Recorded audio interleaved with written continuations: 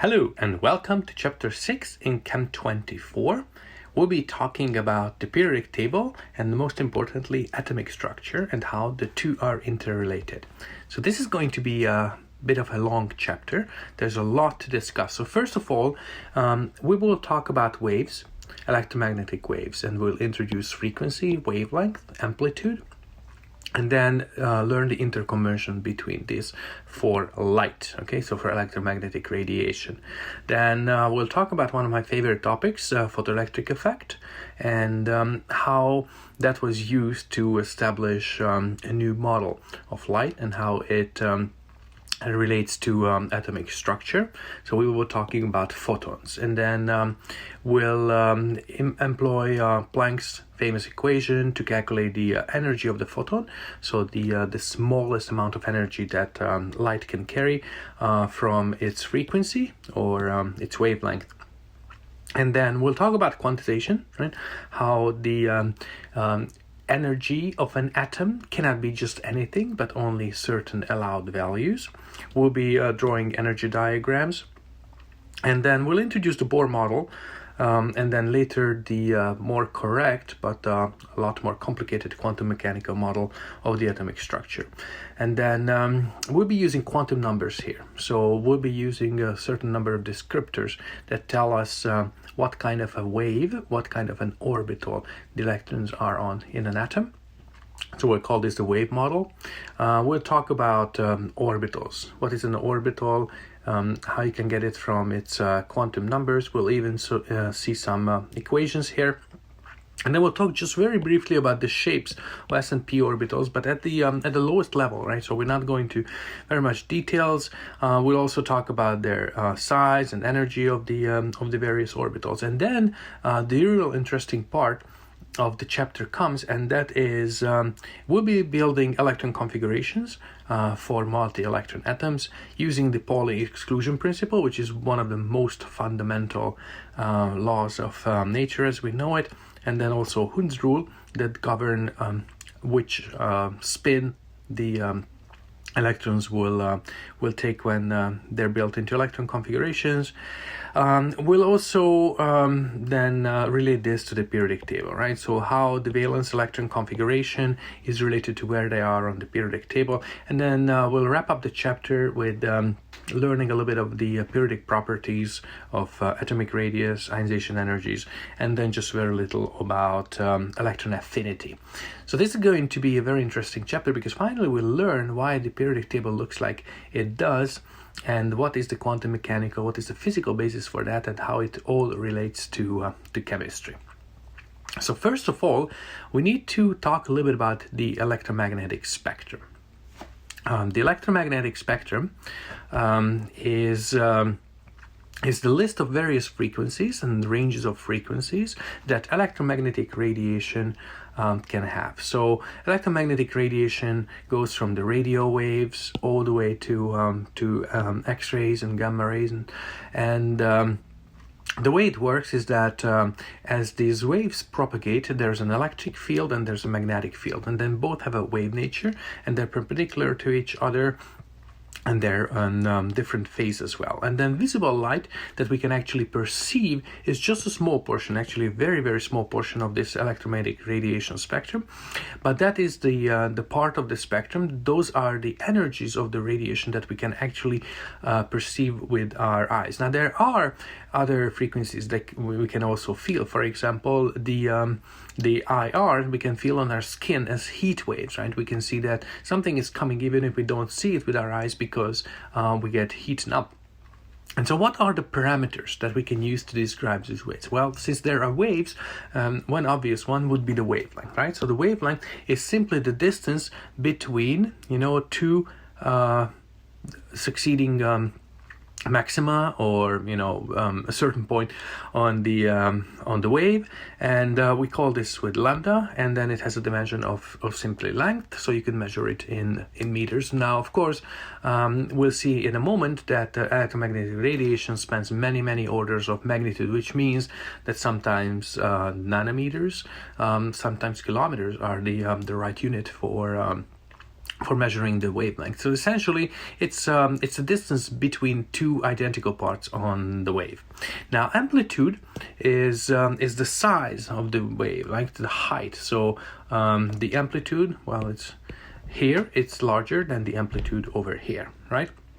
Now the frequency is also somewhat like the wavelength. So how often you see these maxima on the curve, but in terms of how many waves per second rather than the distance between them, and therefore the unit would be 1/second, and then the 1/second has a different name for it. It's called hertz, right? So the frequency and the name for it is nu, right? It's not a V. It's not a V in italics. It's Greek nu, and that is how many waves you have per second. Okay, and the frequency is inversely proportional to the wavelength. But why is that? There's no explanation here. If you think about it, the distance, right, between two waves is called the wavelength, right, and lambda, and then how many you have per second is called the frequency.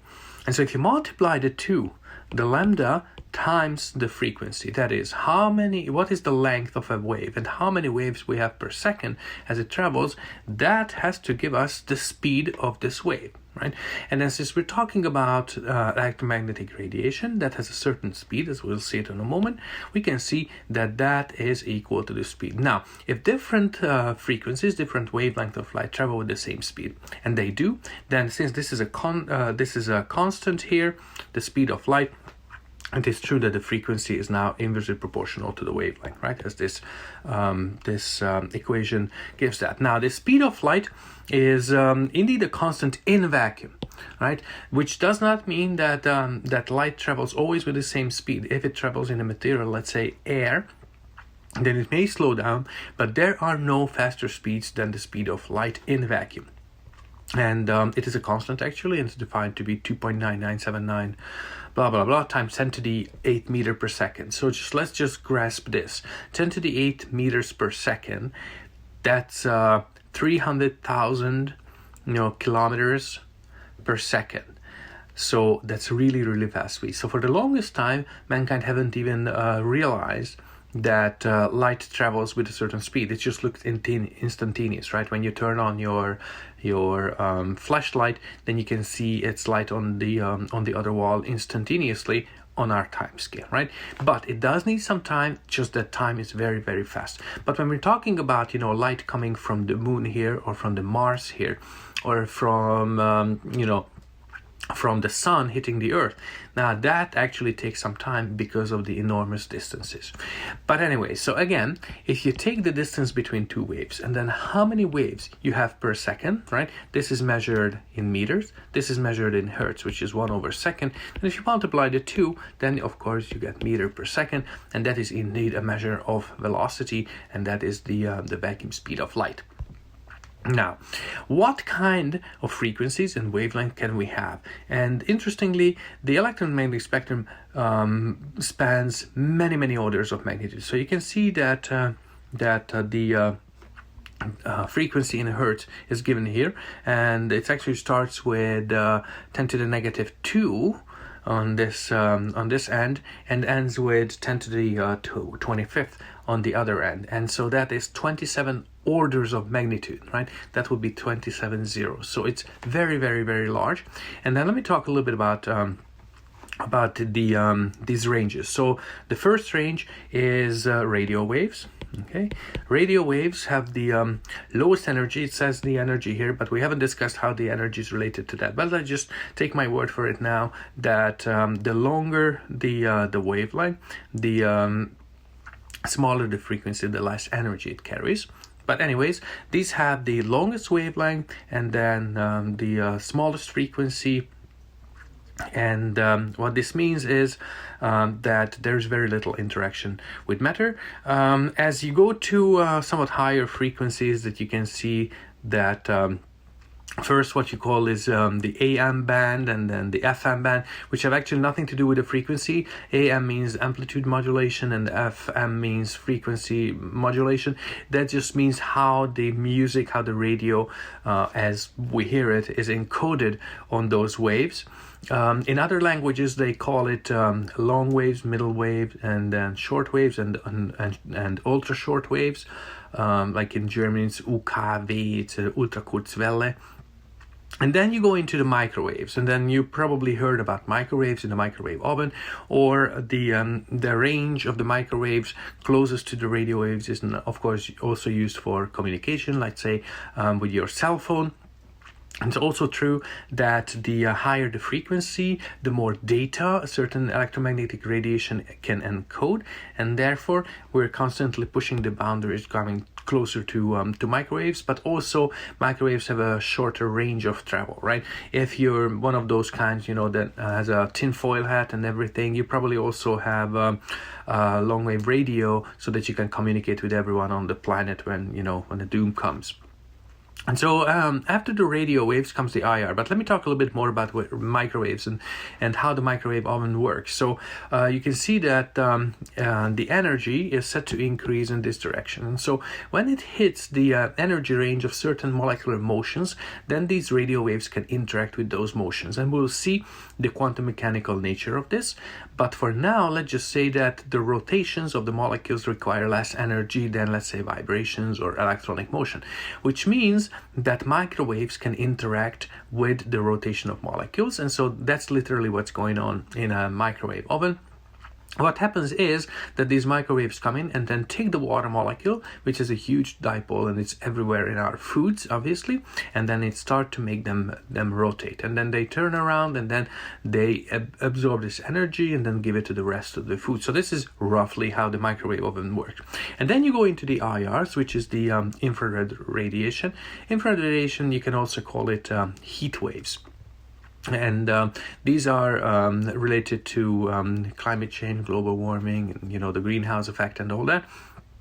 But as you go into higher and higher energies, these are the waves that interact with the vibrations in molecules. So, for example, there's a certain frequency of infrared light somewhere here that would interact with a carbon-hydrogen bond and then causes it to vibrate. There are other bands that interact specifically between a carbon and oxygen bond, right? Say in carbon dioxide, and of course it's somewhat of a concern, or in molecules that have a carbon-oxygen bond. And then you can see here, and it's kind of blown up, here we have a very, very narrow range. And then how narrow it is? Well, we've seen that this is spanning over 27 orders of magnitude. And within that, it's less even than an order of magnitude, a tiny, tiny range between, let's say, 700 to 800 down to a little less than 400 nanometers of wavelength, and that is that we can see with our eyes. This is the what we call the visible spectrum, and the visible spectrum spans from the red all the way to the violet. Okay. And you can see the order of the light now, not purple but violet. Purple is actually a mixture of colors. If we have light that hits our eyes and that is carry both blue and the red together, then we perceive it as a purple color. Now, purple color gives the same sensation as violet color, but they're different. Violet is actually well, it's not really well pictured here, but it's that color that is a single wavelength or a narrow range of wavelength at the very end of the visible spectrum that we can see. And after the violet comes, well, you probably know, the ultraviolet.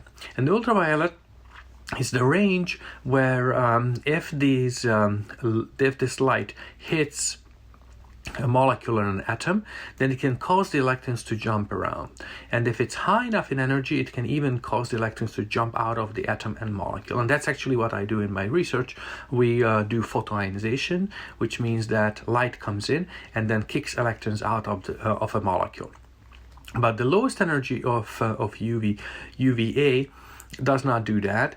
Those are the wavelength that are not terribly dangerous for molecules. UVB causes molecules to either ionize or more likely to excite electrons, and then bonds can break. And if that happens to your DNA, for example, that is by illuminating yourself with lots of UV light that is going out into the sun, then you may get skin cancer, right? Which is not good.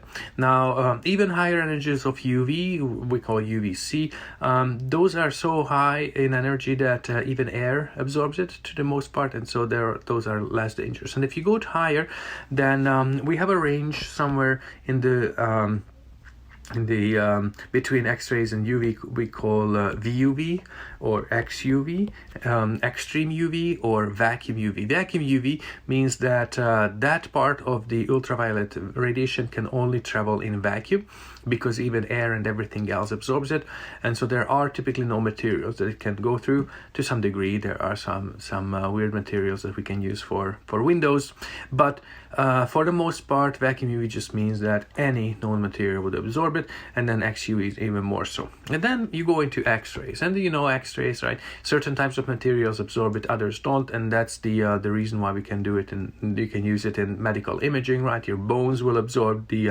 X-rays, but not the soft tissue, so you can image what's going on inside you.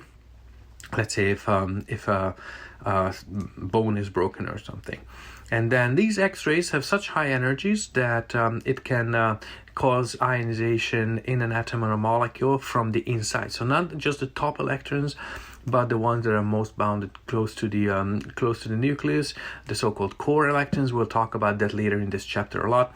But this means that a lot of energy is imported into the molecules, and then it can really tear it apart and do bad things with it. And that's even more true for gamma rays. So gamma rays are extremely dangerous, right? They're coming from radioactive radiation, and then mostly they're related to energy transitions in the nuclei.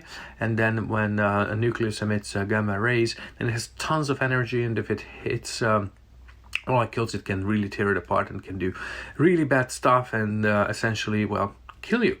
All right, so this is the range of the electromagnetic radiation, again, spanning from radio waves, okay, through microwaves, IR, visible, UV, X-ray, and then gamma rays is the end. Sometimes certain ranges are treated together. So for example, UV vis, if you see this, it means ultraviolet and visible, that range together, simply because certain equipment in instrumental, let's say analytics, or instrumental physical chemistry, those use those wavelengths together. Also within IR we have far IR, that is far from visible, to near IR, which have higher energy. So and one more thing, that you can see that the range is huge, and so which ones are the most useful waves to describe will depend on where you are. So for example, in the visible range we usually talk about nanometers, right? A nanometer, because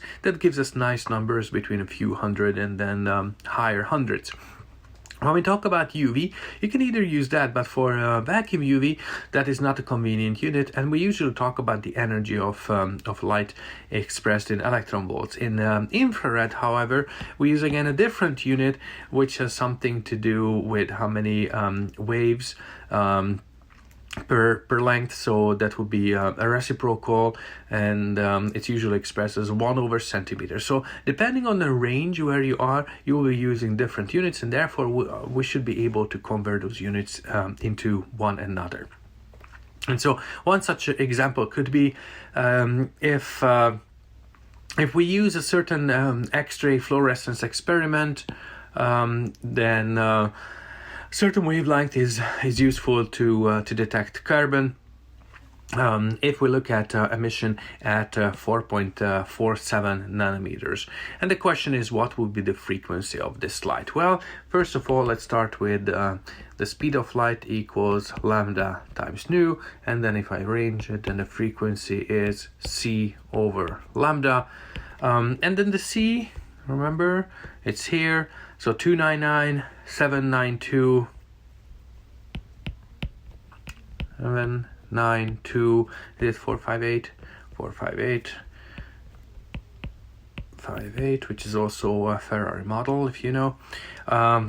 meter over second divided by 4.47 nanometers. Now, how do you write that? Well, you can write it by converting it first to meters and then write a bunch of zeros. Or the best way is to realize that nano is just a fancy way of writing 10 to the negative 9. So the way I would do it is just 4.47 e minus 9, and then it will be in meters. And then you see that meter cancels out the meter, and then we should get it in 1 over second. And I just put this in the calculator like this, using that e notation, 458 divided by 4.47. Now, of course, do we need all these digits in the speed of light? Probably not, because we only have 3 sig figs, but you know, it doesn't hurt to show off with how many digits we know. And so what we have is 6.71 rounded to 3 significant figures times 10 to the 16 hertz, right? Because 1 over second is just called hertz, right? 1 over second is the same thing as hertz, so I just wrote it as hertz. So this is the frequency, and then 6.7 times 10 to the 16 hertz. Let's look it up on this chart. Well, it's somewhere here, right? And so it's a very low end of X-rays. Now let's talk about the photoelectric effect. Photoelectric effect occurs when light strikes a surface and causes electrons to be ejected. So you know that electrons are part of the atoms, right? And so if you carry enough energy, then you can kick them out of the atoms or kick them out of molecules. So what happens is that the energy from the light, and we'll see how to quantify that, is transferred to the electrons in the atoms, and then the electrons will jump out of the atoms if you have sufficient energy. And then when you give more and more energy to the electrons, they will travel faster, and they have higher velocity or higher kinetic energy as they leave, and then we can measure that. The instrument is called photoelectron spectroscopy, and what we do is we shine light on a material, whether it's a surface or in a gas phase, and then measure the kinetic energy, the energy of the electrons. And that will tell us how much energy was needed to excite them. So this will be a realization of that. In photocathodes, what we have is light strikes a surface, the cathode, and then ejects electrons. And then the ejected electrons are connected on the anode. And so this is how it works, right? So the light wave comes in and then kicks the electrons out, and then the electrons leave because of an electric field, right? The electrons always travel towards the positive charge.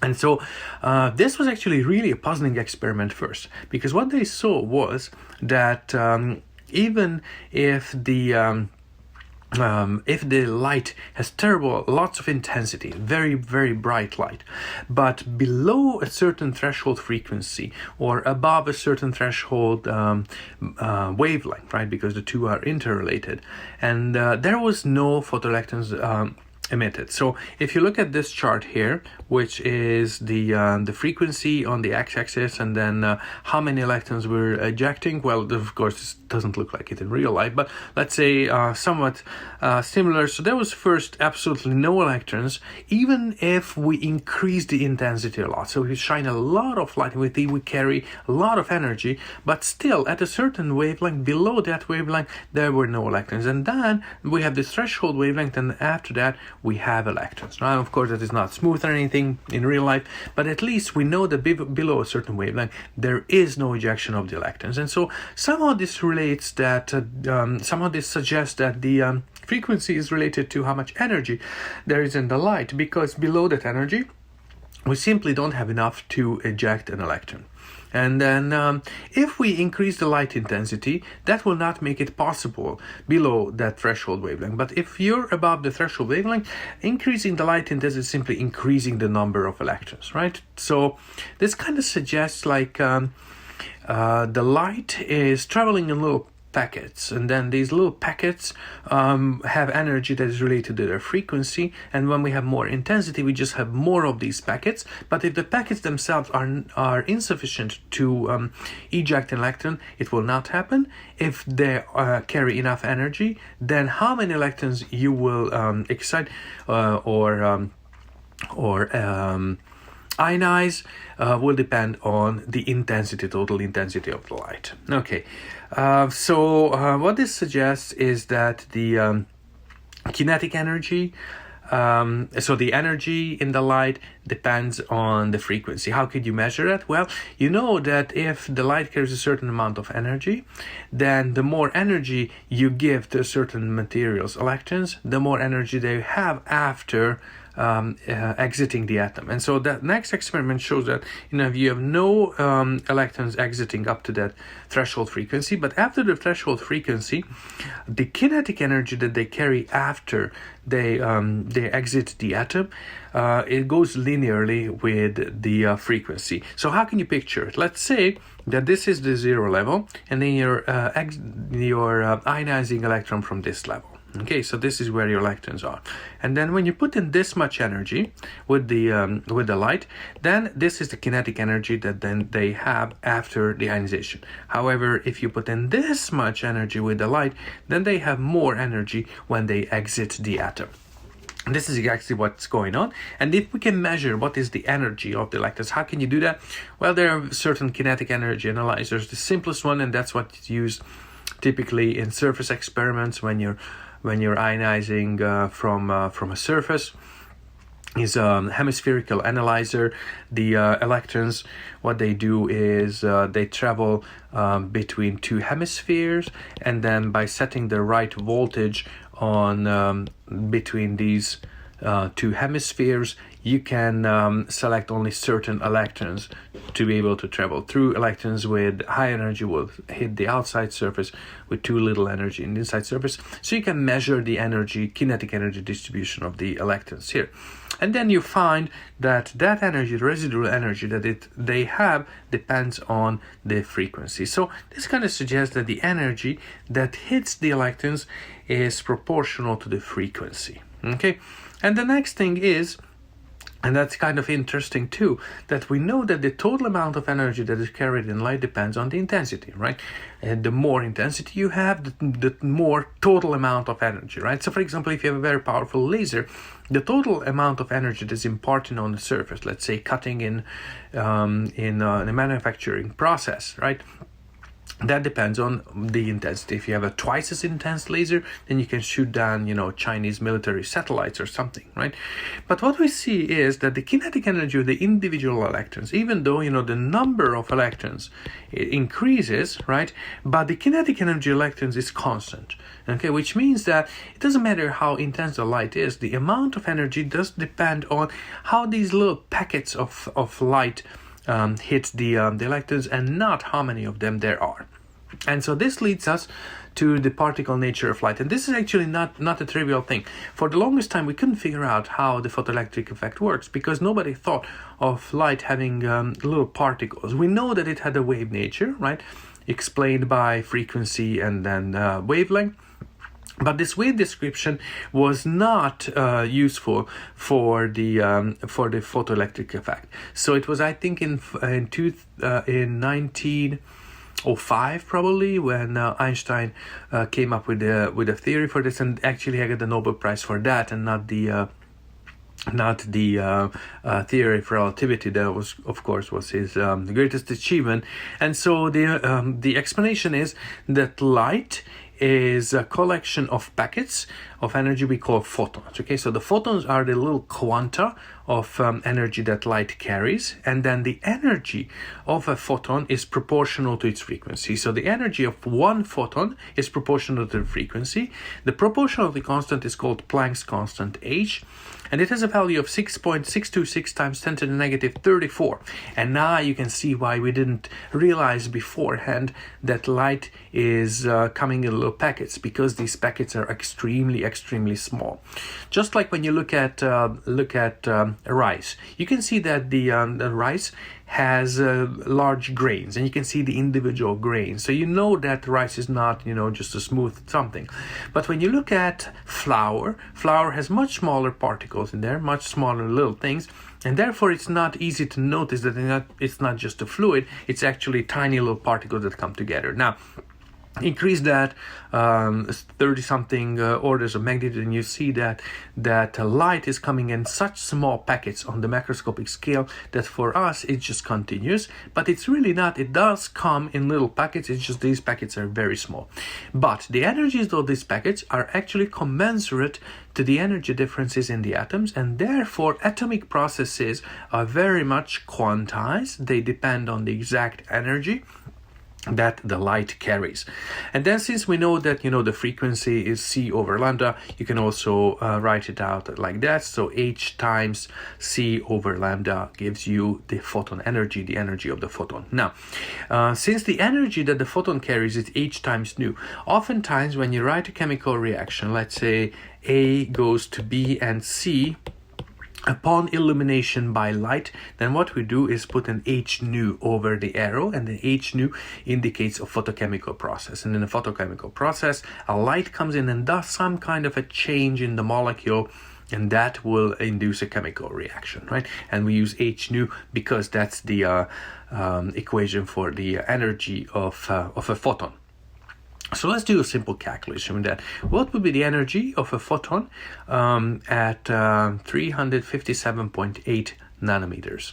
So remember that the H equals E equals H nu, and that is Hc over lambda, because lambda is given here. So let's just put this all in. 6.626 times 10 to the negative 34. What is the unit, by the way? It's joule times second is the unit for the Planck's constant, times 2.99. Is it 79? I keep forgetting this. Yes, 79. And that's enough digits for us now. 79 times 10 to the 8th meter over second, divided by, and then the wavelength was given as 357.8 nanometers, right? So I just write it as E minus 9 meters. Okay, and so let's see, meter cancels out the meter here. Okay, 1 over second cancels out the second there, and so we're left with joules. Okay, so how many joules is this energy? You'll see that it actually happens to be a very small number, and therefore nobody in their right mind will ever measure. You know what? This is actually an interesting case where you see that how many sig figs do I have in a wavelength? I have 4, which means if I use a constant which is given, to more significant figures, I should have more significant figures than this. And so the 6.626 just doesn't cut it. So let me see. Do I have a? Let me look it up. Okay, and then.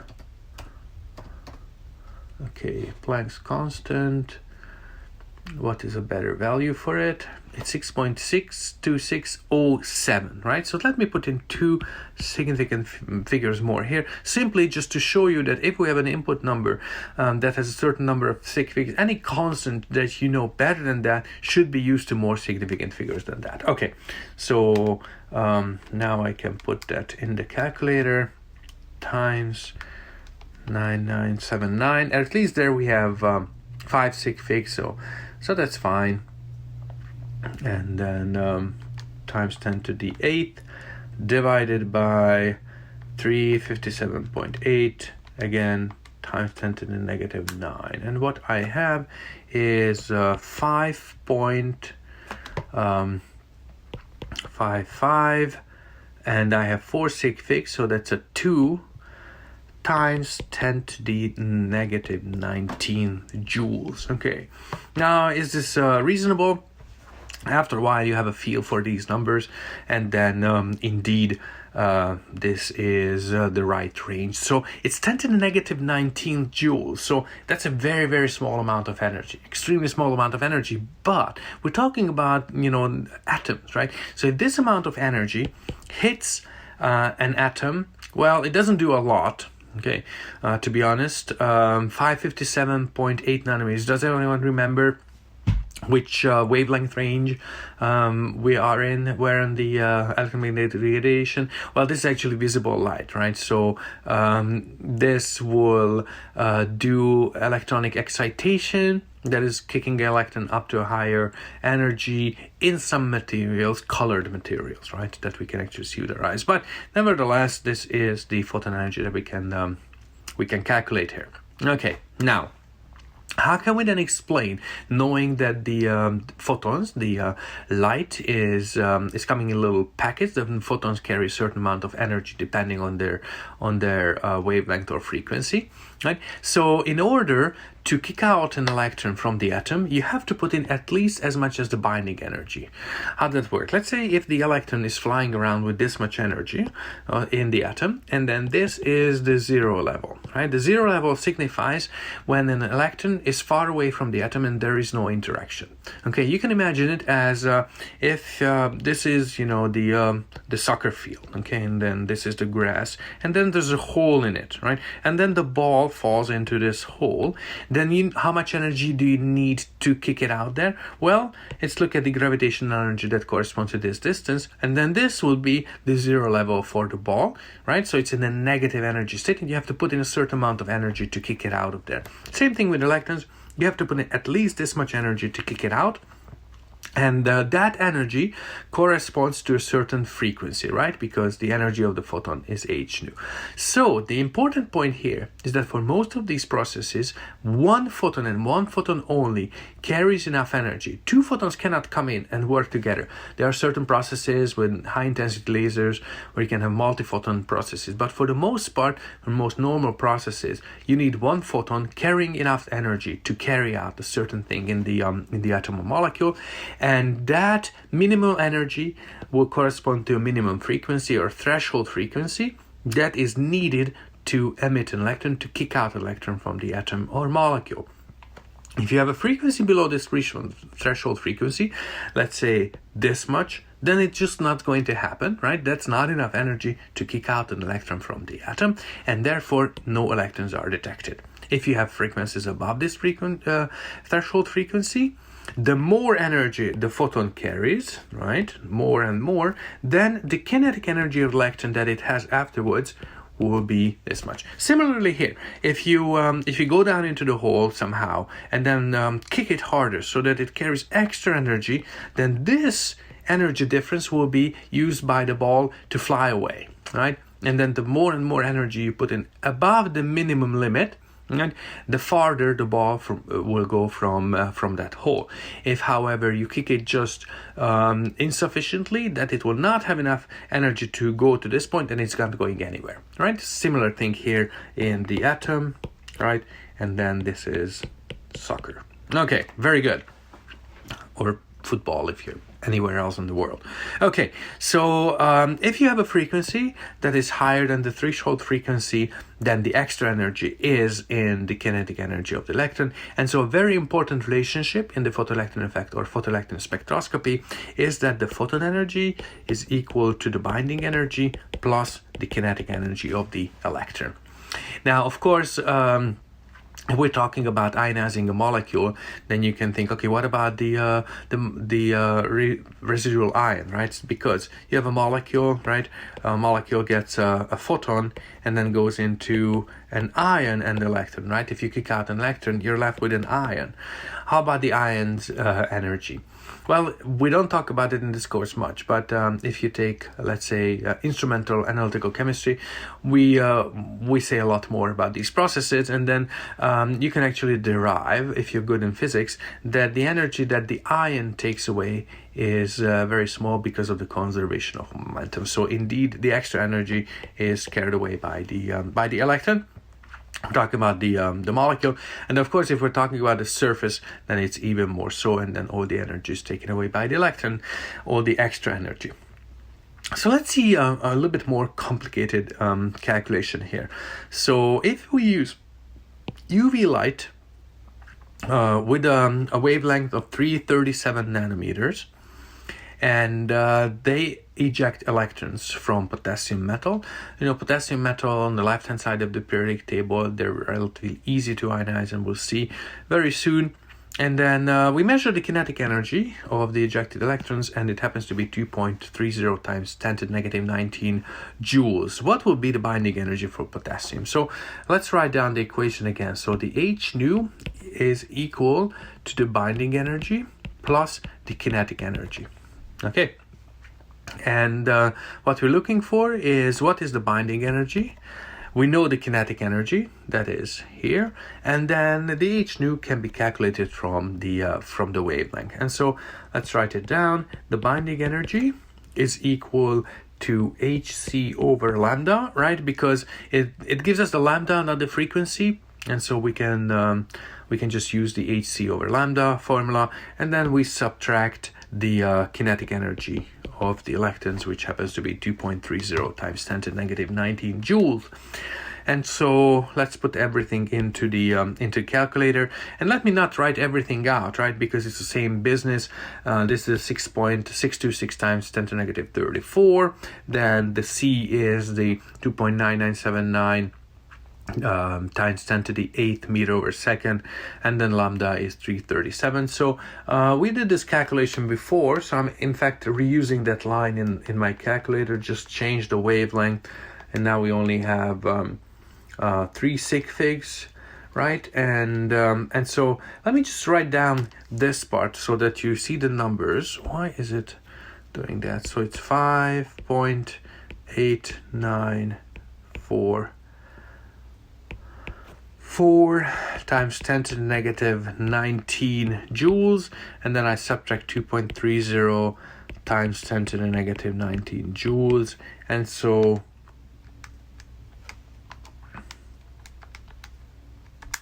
what I get is 3.59 sig figs. Okay, so how many sig figs do I have in this one? I have 3 sig figs, and therefore I will have 3 sig figs. So these are the 3 significant figures. And remember now, after the first midterm especially, that it's where the significant figures are what matters. And so the last significant figure here is in the 10 to the negative 21, right? So that would be here.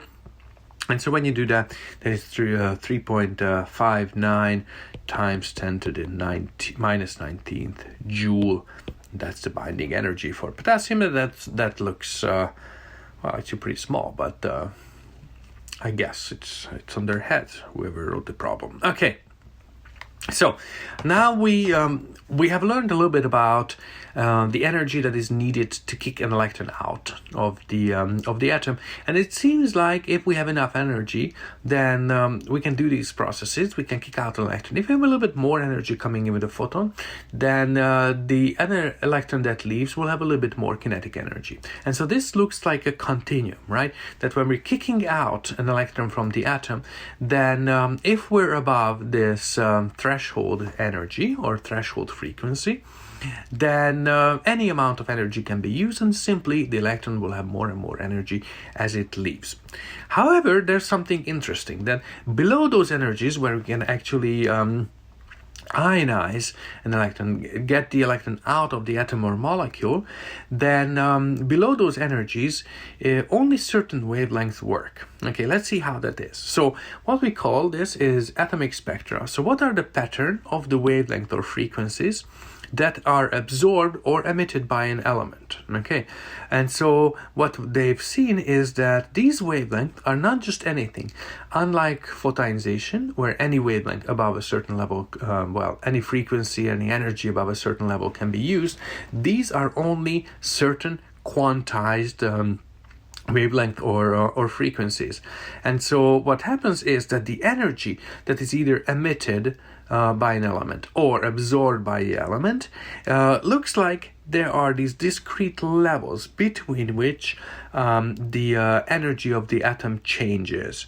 So if we have just the right amount of energy, we can move it from here to that level, or when it jumps down to the level, it will emit this frequency. But there are no levels here or levels here or levels there. And so this suggests that the atoms can only exist in a few states with very specific energies, and we call this quantized. It's a little bit like if you're going on a ramp then it's not quantized. You can be anywhere on the ramp. You can go just, a fraction of an inch higher. But if you're going over a staircase, then you cannot be between two stairs, right? You would fall, right? You're either on this or the next step, but not in between, right? And so this is what we call quantization, that only specific energies are allowed. And when light is emitted, the atom goes from a higher level to a lower level. When it absorbs a photon, then it goes from a lower level, so this is absorption, to a higher level. And so let's call the level something. So the lowest possible level that an atom can have, we call the ground state. Okay, it's like, you cannot fall lower than the ground, right? Unless you're digging a hole, of course, right? So the state of the atom, it's not just a grouping of electrons, but also everything else. It's vibrations, it's rotations, everything. That is the lowest possible energy state that the atom or molecule can have. Okay, well, atoms don't have. We're talking about atoms here. Okay, well, then it's just electrons, right? But we can extend it to molecules. We can extend it to larger systems. Is the lowest possible state, lowest possible energy that they can have is what we call the ground state. And then anything above it is what we call excited state. Okay, excited state is that anything that is not the lowest possible energy state. And then from an excited state, they can come down to the ground state by an emission of electromagnetic radiation, by emitting photons, and the energy of those photons would correspond to the difference in energy between those levels. So what are these levels? So let's say, for example, if we look at hydrogen, not hydrogen molecule in this case, but hydrogen atom. Now, you actually have both, so that's complicated. In fact, I have a hydrogen discharge lamp in my lab upstairs, where we do exactly this. We have a discharge in hydrogen. You always have some molecular hydrogen. But some of the molecules of hydrogen dissociate into excited state atoms, and those atoms emit light. And then those light, when you pass it through a prism, which is in certain wavelength, of course, it doesn't work because the prism will absorb it too, but you have certain ways of separating the wavelength, right? So this is a mixture of wavelength, mixture of colors. And then when it goes through the prism, then depending on the frequency, they will take different path.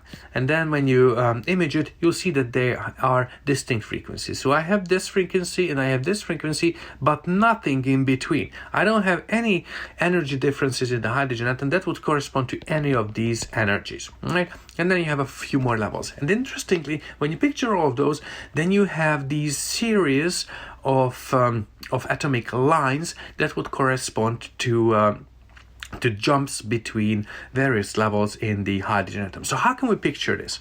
Well, let's start out with the ground state. The ground state, we'll call it E1. That is the lowest energy state that you can have. And then you have these various other states, E2, E3, and E4. And then what you can see here is, and that's why we have these various levels, that you can jump down from E2 to E1, or E3 to E1, or E3 to E2, and so on and so forth. And then, of course, because of conservation energy, the energy between E2 and E1 plus the energy between E3 and E2 equals, the total, like the large arrow between E3 and E1. So let's see how this relates to an actual calculation. So let's say if the hydrogen atom goes from E3 to E1, okay, then it emits a photon with 102.6 nanometers. But when it goes from E3 to E2, then it emits a photon that has a longer wavelength, 656. By the way, why is it longer wavelength? Remember, the wavelength is inversely proportional to the frequency, therefore inversely proportional to the energy. And then, of course, the energy between these two levels is smaller than the energy between, these two levels. And then how would you get the energy between the E2 and E1? It would be, the difference of these two energies. Well, I don't have enough room to do that, but let's just say, let's carry out this calculation. Let's write the formula and then I'll just do the rest in the calculator. So the energy, right, the delta E between levels, what we're looking for is 2 to 1 will be the energy difference between 3 to 1 and between 2 to 3. Right, and all I have to write down now is how we can calculate these, and so these will all be the energies of the photons. So the energy of the photon would be hc over lambda, and then I'm going from 3 to 1, so I call it 3 1 minus the energy between 3 and 2. Right? And all I have to do is now put in these numbers. The H and the C are the same what we had before. The lambda is, and again, expressed in nanometers. So again, it's exactly the same calculations, just we do it twice, and that would give us the energy. So let's do it a little bit smarter than that, right? And so that would be HC over the lambda between 2 and 1. Right? So what I did was, this is the energy between levels 3 and 1. This is the energy between levels 3 and 2. And so the difference of the two will give me this one. And then I take that energy and then convert it into wavelength the same way. So you can see that the H nu, it actually cancels out. And so you can write it down as 1 over the lambda between 2 and 1 equals 1 over the lambda of 3 and 1 minus 1 over the lambda of 3 and 2, right? So by writing this down, I actually simplified a lot. I don't need the H, I don't need the speed of light. I can just put in the wavelength directly. And in fact, it doesn't even matter what unit I have. If I use the same unit throughout, and I get that unit in the result, and so I don't even have to convert it to meters or anything.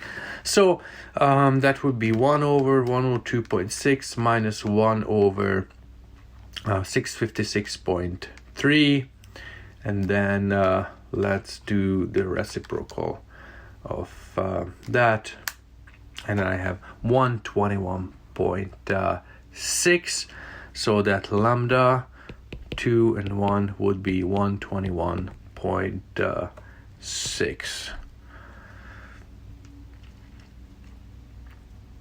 Okay. And that would be in nanometers. All right, so what I have here is a wavelength that is somewhere in between the two, which of course makes sense, right? Because it's more energy between levels 2 and 1 here, right? So this is a bigger energy difference than between 3 and 2, but of course it's a smaller energy difference than between 3 and 1. So it's a longer wavelength than 102.6, right? So this is indeed the wavelength that we get by jumping down from the second level to the first level. Okay, and then again, if you do a little bit of clever math, then you can make the calculation a lot simpler in the end. So that leads us to, okay, then how does the atom look like? Why is it that when the electron is jumping in the atom, it can only jump between various levels?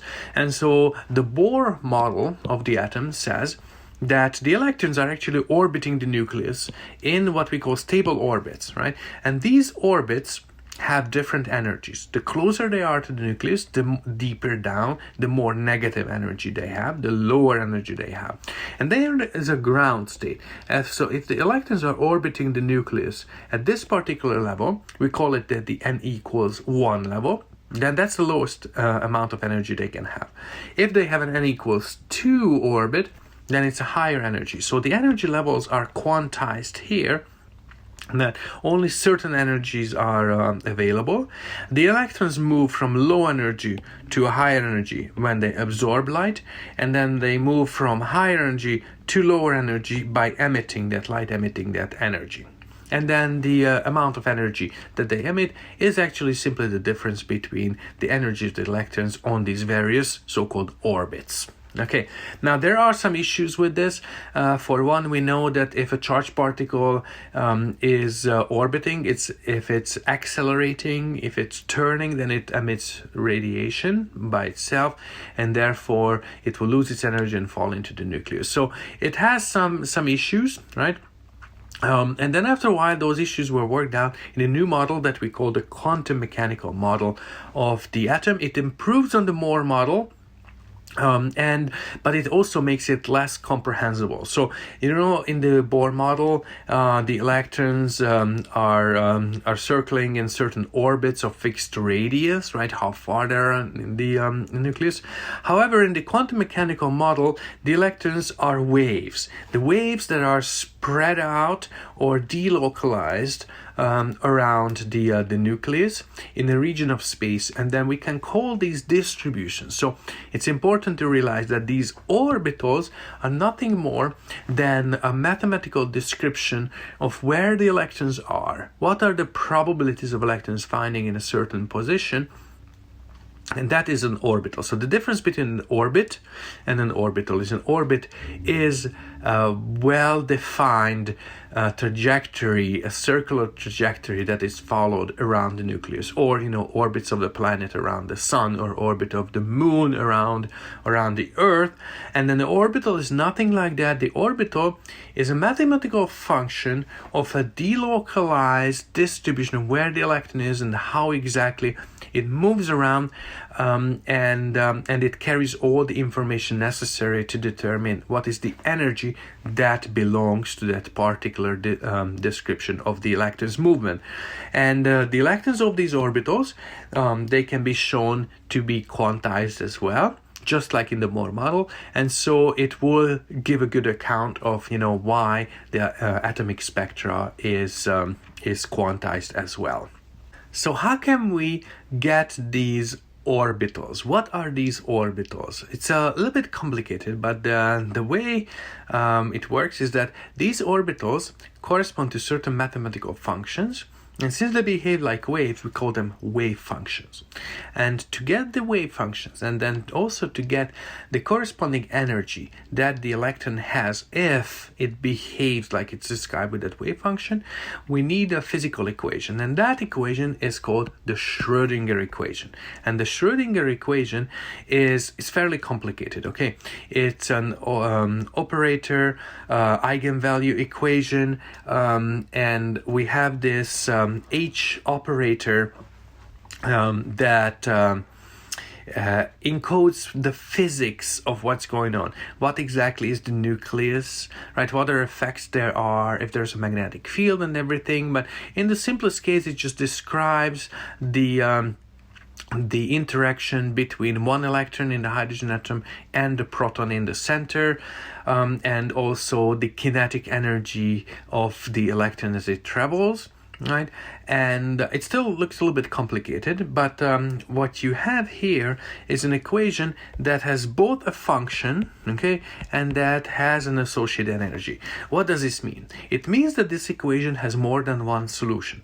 Multiple solutions exist for the wave function. And these solutions can have, let's say, we call them by a certain index. So we have a first solution to this, second solution, and third solution. And each of these solutions will come with wave function, a function that describes the movement of the electron, and for each of these wave functions we get its energy. And the energy is, what's the energy of the electron if it is on this particular wave function? It is described by this particular wave function. It travels like this wave function tells us, okay?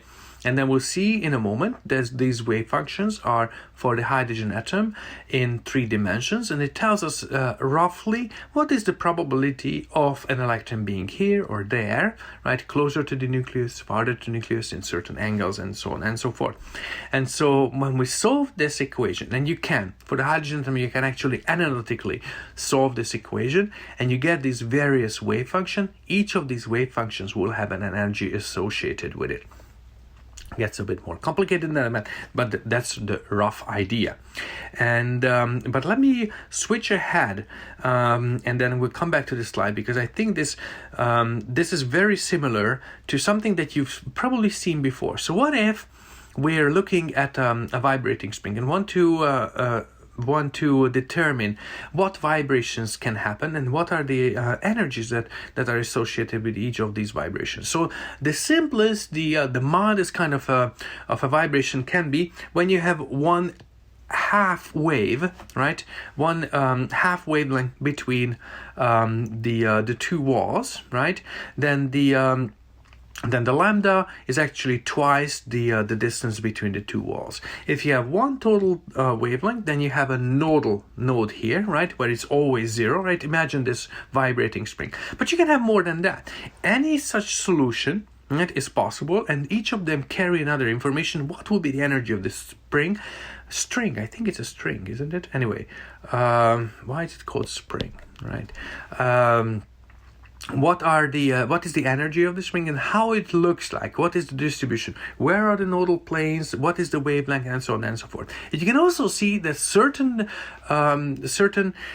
ways are not possible. So the string cannot have this wavelength, for example, because it wouldn't work on this end of the wall. Okay, and so only certain kind of wavelengths are allowed, and those wavelengths correspond to the distance between these two walls, and then you can come up with these waves, and they all have this particular description, right? This is what is the value of the wave at certain positions, right? This is the x distance.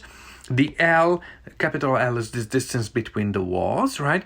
And then you can have more than one solution, and so the N can have various values.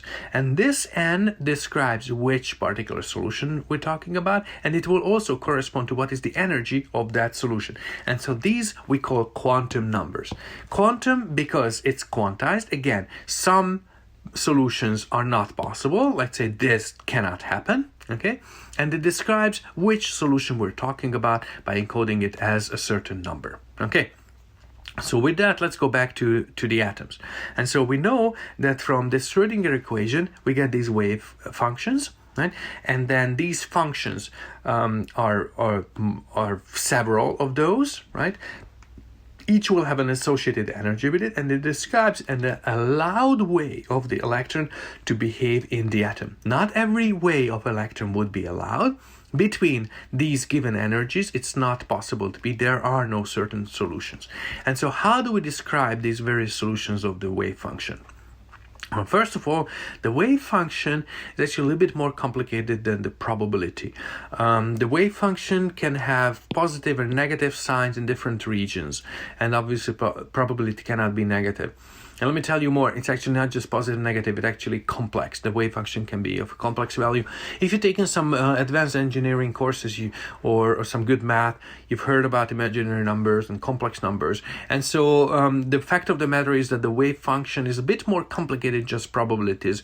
But the absolute square of the wave function is always positive, and therefore it gives you the probability of finding an electron at a particular point. Now, of course, this is kind of silly, right? For a particular point, the probability of finding exactly there is 0. What we're talking about is integrating out for a certain region in space. What is the probability of finding the electron there? Okay, so for example, if we have this function and it looks like a cloud, right? So you can see that I'm trying to draw a cloud that has a higher probability, close to the nucleus, right? And so if I'm interested in what is the probability, and let me change colors for this, right? So if this is the nucleus here, what is the probability of finding the electron within this range, for example? Then what I can do is take the value of this wave function that I just drew, square it or absolute square it, and then integrate it out for this space, and then the total value of that, let's say I get 0.91. It means that with 91% probability, the electron is within this range, and there is a 9% probability that I will ever find it outside of that. So that's really the meaning of this probability of the wave function. So again, the absolute square of the wave function gives you the probability. And now these solutions for an atom, we will call them atomic orbitals for the hydrogen atom, and then each of these solutions will have an associated letter and number combination. Now, this is a little bit tricky here. So So hold on with that. I will actually show you these functions a little bit later. These functions look fairly complicated, right? These are the various functions, right? And then which of these functions we will talk about? We use these quantum numbers or descriptors that this is this kind of function, this, and that. And there are all solutions to the Schrödinger equation for the hydrogen atom. And depending on which solution we're talking about, which function we're talking about, they will have a certain associated energy with it. But it's not as simple as it looks. For example, when we find these solutions and then we label them always by a number and then a letter combination, then the number we'll use, this number or that number or this number, we will call it n, right? And these numbers will start with 1, 2, and 3, and 4. And when we do that, then we'll find that, well, unfortunately, we can have more than one function with the same energy. So when we find a certain wave function, and then we call that the 2s wave function, the 2s wave function will have a certain energy associated with it, but we'll have another function that is totally different. It looks different, the probability distribution is different, but it will have the same energy. And so these come in groups where, depending on what this number is, there's a certain energy associated with it. And then within that, we can distinguish them by how they look, what is their shape. Or if you want to know some more advanced quantum mechanics, it's actually the letter tells you what is the angular momentum associated with the movement of the electron, right? There's a kinetic energy, but if they have the same kinetic energy between two orbitals, they're distinguished by, what kind of a rotation that corresponds to. But that's beyond the scope of this course here. And so these quantum numbers tell you which function, which wave function you're talking about. And then these are the ones that we use to name the atomic orbitals, right? Because when I talk about this function, you don't want me to tell you, this whole long mathematical function, right? That's going to be extremely boring and you will probably lose me halfway. So what we do is we call it something else. We call it that this is the 1s solution. This is the 3p solution, and so on and so forth. And so these parameters, these quantum numbers describe which solution we talk about, just like we did for the vibrating string. Now, what are these quantum numbers? And this is going to be important. So the n quantum number is the most important. We call it the principal quantum number. The n quantum number tells you what is the energy of those solutions in the hydrogen atom. So if n equals 1, then it has a certain energy associated with it. N equals 2, the electron is at a higher energy. N equals 3, at an even higher energy. But as I said, you can find more than one solution, all corresponding to the same energy, at least for n larger than 1. And so then you introduce the second quantum number, which of these solutions it is, and then you distinguish by this L quantum number that tells you something about the angular momentum, that is, what kind of a rotation of the electron this particular orbital corresponds to. And so these are the L quantum numbers, and the L can go from 0 to n minus 1, and we will go over that very soon. And then, but sometimes you can have more than one solution with the same L. And then those solutions can then be described by which magnetic quantum number they tell. And the magnetic quantum number tells you what would be the energy of that particular arrangement, of that particular wave function, of the electron on that particular orbital, if you were in a magnetic field. Okay. And if you want to know, this is actually one of the components of the angular momentum. Okay, so if you're in serious physics, let's say if you're an engineering physics major, then you may want to go a little bit beyond what we're talking about here. But anyway, so these are the quantum numbers that describe for us the various solutions of the Schrödinger equation for the hydrogen atom. What can be the values? And that's actually important, because that's how we can enumerate how many solutions there are, what are these solutions, how we can talk about these solutions. So first of all, n is always a positive integer, right? So n can be 1, 2, 3, and so on and so forth. N equals 1 we call the first shell. Why do we call it a first shell? Why is it a shell? Well, because when we have a wave function that has an n equals 1, that's the one that is closest to the nucleus, right? Just like if you open an onion from the inside, then there's a closest shell to the core, whatever, I'm not a biologist. Then a little bit farther and farther and farther. So we call these shells because they kind of describe how far the electron on average is from the nucleus when it's there. And then these shells have a different energy, right? So if the n equals 2, have a higher energy than n equals 1, n equals 3, have an even higher energy. There is no lower energy than n equals 1 because that is the ground state, right? So let me also write this down. And this keeps moving around. This is so annoying, right? So this is n equals 1, and that is the ground state, right? And then above it, everything is called excited state. Okay, now what about the next quantum number? Again, I told you that there is only one solution for n equals 1, but there is more than one possible solution for the Schrödinger equation when it's n equals 2. And those solutions can be categorized by another quantum number, L. And that quantum number tells you something about, the rotation, right? Or for us also the shape of those orbitals. And these specify the subshells within these main shells. And so the L can go from 0 to n minus 1. What does it mean? So if n equals 1, then the L equals 0, right? Because it can go from 0 to 0, so that's only 0. If the n equals 2, then the L can be either 0 or 2 minus 1 is 1. So it can be either 0 or 1. If the n equals 3, then the L can be a 0, a 1, or a 2. Okay, so then we have these various values that are also solutions to the Schrödinger equations. If the n is the same number, then they're solutions with the same energy. Okay. But the shape of these solutions, or again at a higher level, the angular momentum of these solutions is different. And then how many shells there are, how many subshells there are? Well, within each shell, you have as many as n, right? So here you have only one possible solution. Here you have two possible solutions. You have three possible solutions, okay? Now, instead of talking about numbers, because it will be kind of, which orbital are we talking about? I'm talking about 1, 0. Right? Which one is the 1 and which one's the 0? So n equals 1, L equals 0. So instead of that, we use letters. And then those letters are S for L equals 0, P for L equals 1, D for L equals 2, and F for L equals 3. And then after that, it will be just G, H, and so on. But you'll see that we will not talk a lot about those. But anyways, if, for example, the N is 5, then theoretically we can have all the S, P, the D, and the F, and the G kind of subshells within that. But that's not enough.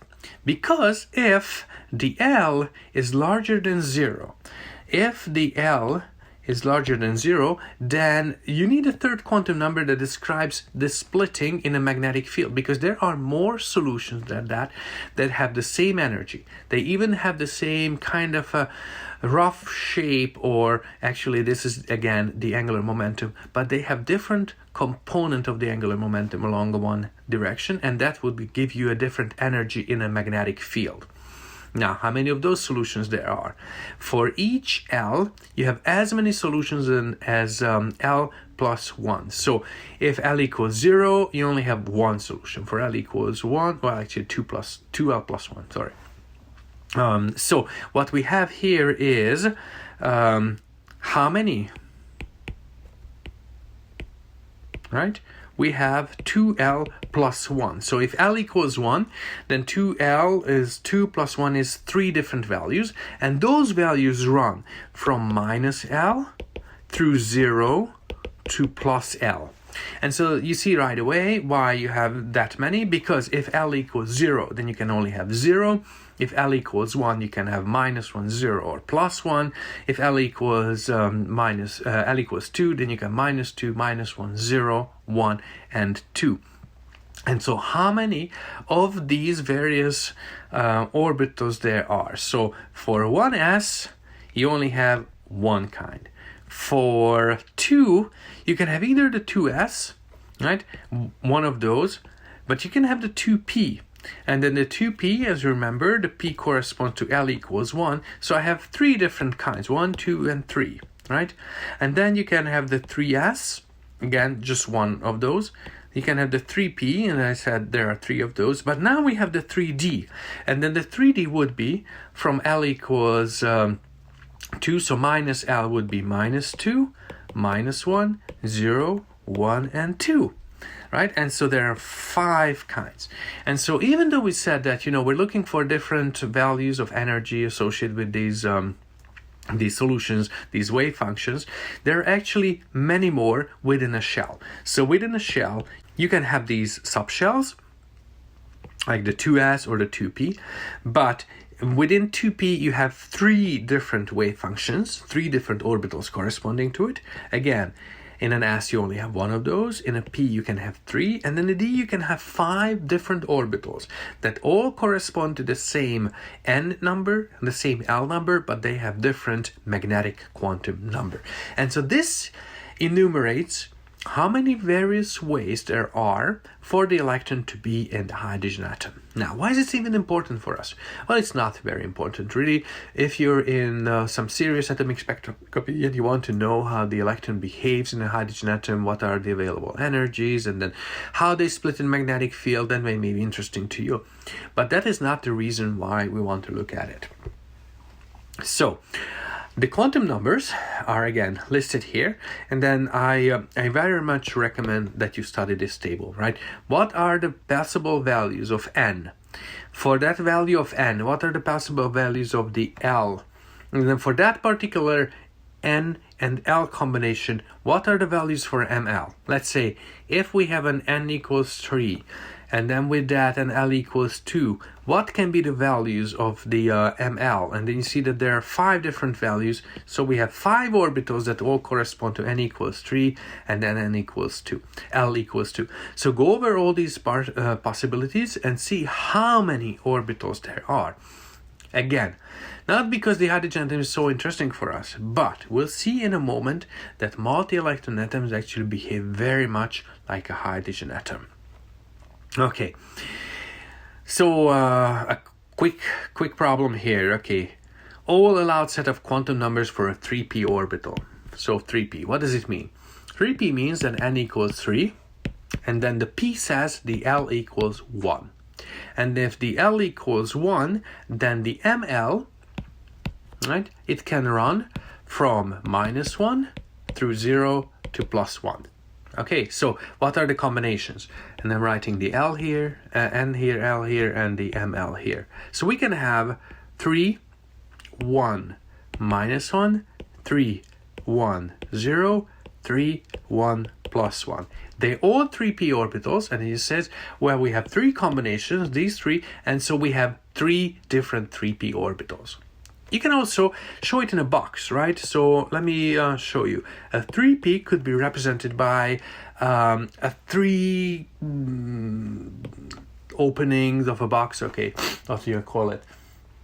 I'm actually looking at an IKEA piece of furniture which look very much like that. So let's say this is a cabinet where you can put things into 3 different things. They're connected to each other because they're all the 3p, but there are 3 possible functions within the 3p, 3 possible orbitals, 3 possible 1 electron wave functions.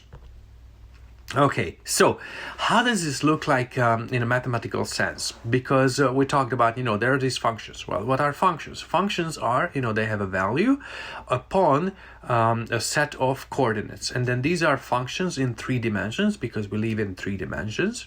And those would be, x, y, and z. However, these functions don't look very nice in an x, y, z coordinate system. And why do you think that is? Well, it's simply because the atom doesn't look like a box, right? It doesn't look like a cube. It looks kind of spherical, right? Because there's something in the center. And then you can imagine that if you're in a certain distance from the center, that it doesn't matter where at the edge of a cube or somewhere else, right? So it should have a symmetry that is more associated with how far you're from the center and what angle you are from the center. Okay, and so a better description of this would be in terms of a spherical polar coordinate system, and the spherical polar coordinate system goes with a radius, how far you're from the origin, and then what angles, the theta and the phi angles. Okay, and so you'll see that these functions, they all describe the value of the wave function, and then again it can be negative or positive. It describes this wave function in terms of these three coordinates, the r, the theta, and the phi. Now, some are very simple. So if you look at this one, and let me blow it up so you can see it better. It doesn't have the theta and the phi. What does it mean? It only depends on the radius from the distance from the nucleus, which means it's spherical symmetrical. So this 1s orbital here that we're talking about, it's spherical symmetric. It means that the value of the probability of finding electron doesn't matter which direction you're looking. It only depends on where it is in terms of distance from the nucleus. Now, how about the 2s? The 2s looks very much like that too, but you can see that it really just depends on how far. There's only r in it. There's no theta or phi, which means it's still symmetrical spherical symmetric. But there's this part here, and you can see that here it's e to the something, so this is always positive, right? But this can be negative, right? If the r over a0 is larger than 2, then this part is going to be negative. And so if I want to plot it as, you know, this, right, how far it's from the nucleus, it would look like something like this, right? It's an exponential decaying one, but this looks more like that, right? If this is the 0 level, this is where we start from, right? So it kind of looks like there's this shell here where the value of it, a certain distance where the value of it's 0. Where is it? Well, if the 2 minus r over this a0 variable, which we call the Bohr line, then we'll have, if this equals 0, then we will never find the electron there. Okay, so if that would be r equals 2a0, at that particular distance, the value of this function is 0. Okay, and then above it, it's going to be negative, but when we're looking for probabilities, that will be this absolute square, right? Then the probability will increase again. And we'll see how it looks. It's kind of cool. But let's go back then to the 2p's. You can see the 2p's, we now have these angular parts to it too. And so those are not spherical symmetrical. Depending on what the theta and the phi coordinates are, they have a certain shape in space, not just a spherical one. It does depend on how far it is from the nucleus, like just like the previous one. But it will also depend on which direction we are looking. Sometimes it can be very simple, like this, but it can be also fair bit complicated in terms of both of those angular coordinates. Okay, so let me show you. And then again, just a disclaimer, these are all visualizations. Again, I told you that some of these wave functions actually may be of complex value. So it's a bit more complicated, but you can arrive to, you know, a reasonable compromise, you know, between the kindergarten level of an atom and then the, you know, the real quantum mechanical. This is like somewhere in between. And so at our level, we'll have different signs. So if this is a positive sign, the value of it is positive here, but it's negative there, positive in these regions and negative in these regions. So if you look at the 2s orbital, as I said, it's spherical symmetrical. Now, of course, you could ask, okay, but why is there a strict cutoff? There's not. It's just that if I choose to cut off at a certain value, right? Say if the probability is lower than this, you know, choose not to plot it because it will be, you know, just using up the whole space, right? Then it looks like a ball, kind of. There's a higher probability closer to the nucleus within the ball and lower probability, but it's spherical symmetrical. If you look at the P, that's kind of different, right? There is a nodal plane, a plane at which the probability of it is 0. Okay, and that would be in the PZ. Why is that? If you look at that, this would be this one, right? And so since it does not depend on the phi coordinate, then wherever you are on that plane, it just depends on the cosine, right? And if the cosine happens to be 0, then there's a 0 probability. Okay, and so there is this plane here, right, like that, where the probability of finding the electron is 0. It has a positive sign for the wave function below and a negative above, or vice versa. Of course, that's arbitrary. And then the D has an even more complicated shape because you have two nodal planes, right? Say this nodal plane and then this nodal plane. right? Along those nodal planes, there's zero probability, and it looks like that clover or something. That again, not a biologist, right? And that has these four nodes, and so this is a way to visualize these orbitals. Now it's a bit more complicated than that, but that's not a bad way of looking at them. And so depending on what the value of these quantum numbers are, they have a different shape. And that is true even for the s orbitals. So here we have the 1s, which means L equals 1, N equals 1, L equals 0.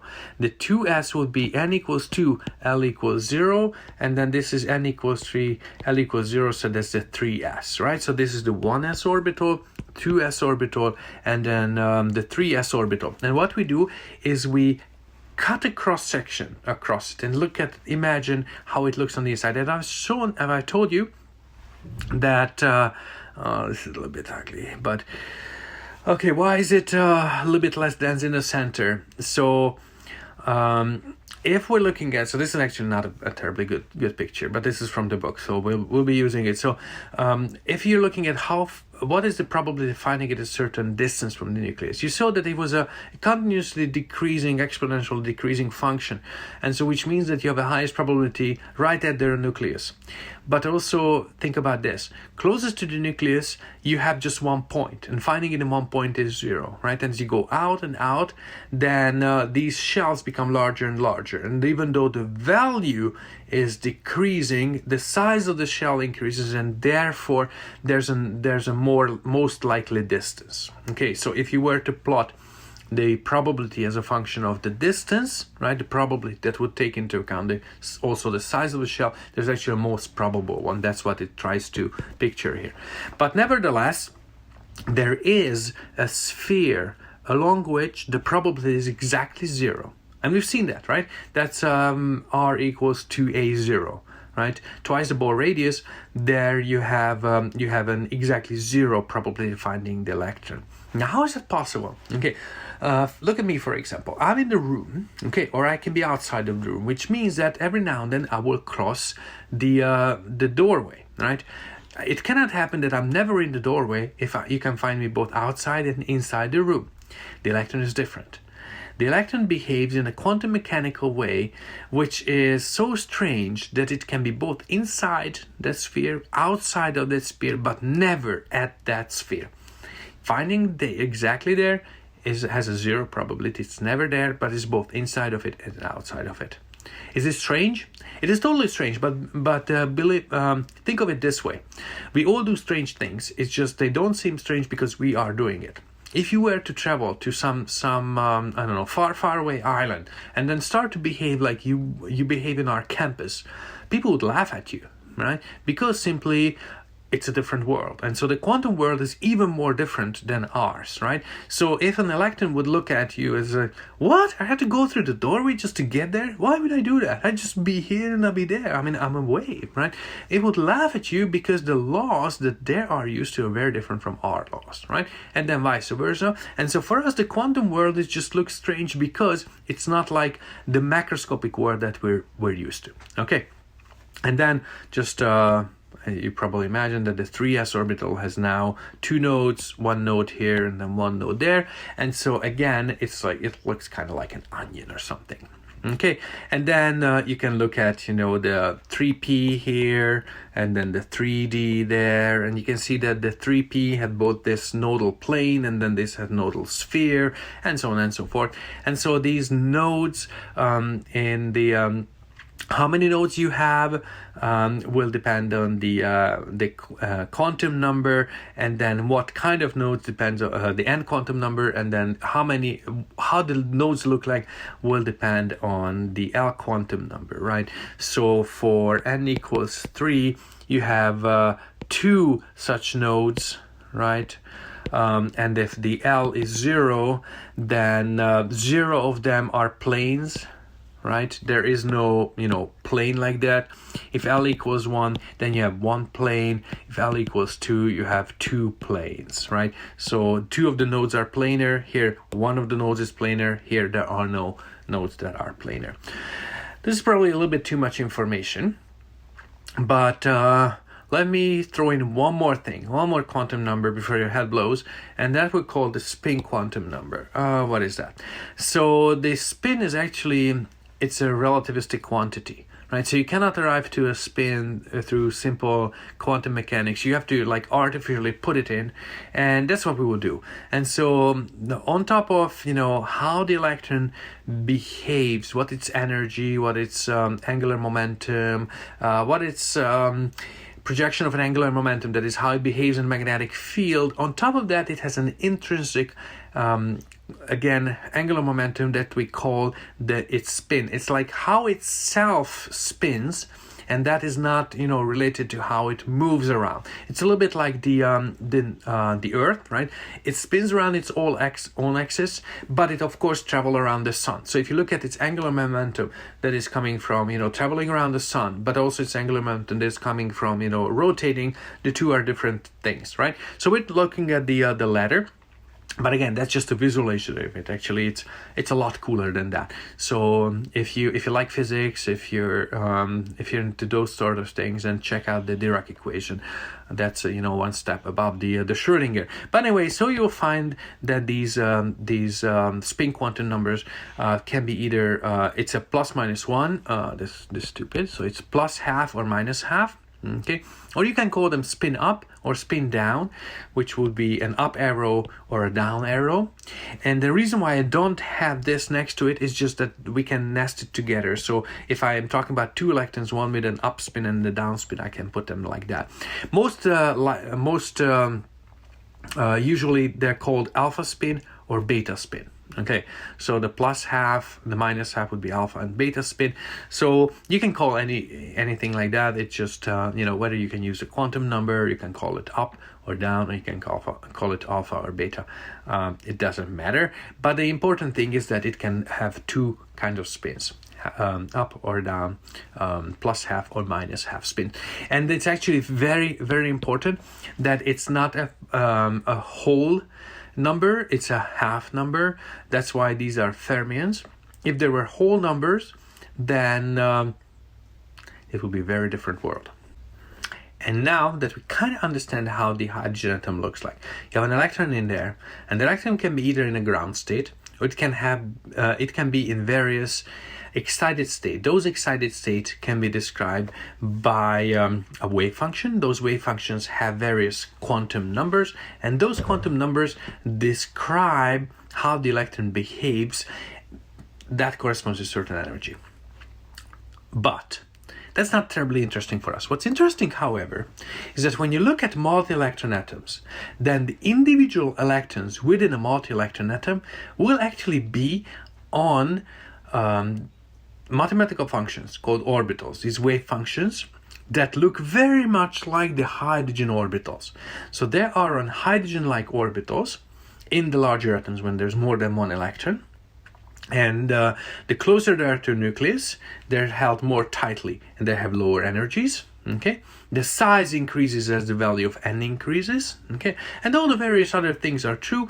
Those functions describe very much how the atomic orbitals look like in the multi-electron atoms. Okay, and then the probability of finding an atom in a certain state will be just a product of all these individual one electron orbitals of these various one electron wave functions. Okay. Also, since the nucleus is not just one proton anymore, but it can have multiple charges, as the nuclear charge increases, the orbital size decreases because it's pulling closer the electrons to itself. And then that's one more thing, when we solve for this, then you can also have to take into account the electrons' repulsion from the other electrons, and that makes it very tricky. And therefore, those are typically not analytically soluble, right? So you cannot find these solutions analytically, but there are various ways of getting numerically very, very accurate solutions for multi-electron atoms. And then in general, the electrons as they farther out from the nucleus, they feel both the attraction toward the nucleus, but the electron repulsion as well. And so the actual charge they feel, the actual charge that is coming from the nucleus, but is somewhat shielded by the other electrons. And so the effective nuclear charge they feel will depend on, how much shielding they experience from the other electrons versus the charge of the nucleus that is in the center. And so what do we do now? Is we can just say that, okay, well, I have these hydrogen-like orbitals. Which one do I like the most? I like the n equals 1, right? L equals 0, that would be, the 1s orbital, that's the lowest energy. So I put all my electrons on that because that will be the lowest energy state. But there's somebody who says no, and that's Pauli. The Pauli exclusion principle states that no two electrons can have the same set of 4 quantum numbers. Okay, what does it mean? Is that no two particles can be in the same exact quantum state. And that is true for fermions, and that's why I brought up that the spin is a half. Those particles that have a half spin, like the electron or the proton, very importantly, they can never be two of those particles in the exact same quantum state. Okay. Now, before we go into the atoms, what does it mean? It means that the lightsaber doesn't work, okay? Because the lightsaber is made of photons, right? It's made of light particles, and those are not fermions, they're bosons. They have an integer spin, which means that they can be in the same quantum state. And in the laser, all the photons are in the same quantum state. They go together, right? And so therefore, when you cross two beams of this, let's say Darth Vader with Luke Skywalker, that will go straight through because they don't stop each other. They can be in the same quantum state, unlike my fingers, right? I'm trying hard, but I cannot put my two fingers in the same state. Okay, but what Pauli says is for the electrons, very importantly, no two electrons can be in the exact same quantum state, so the same set of all four quantum numbers, okay?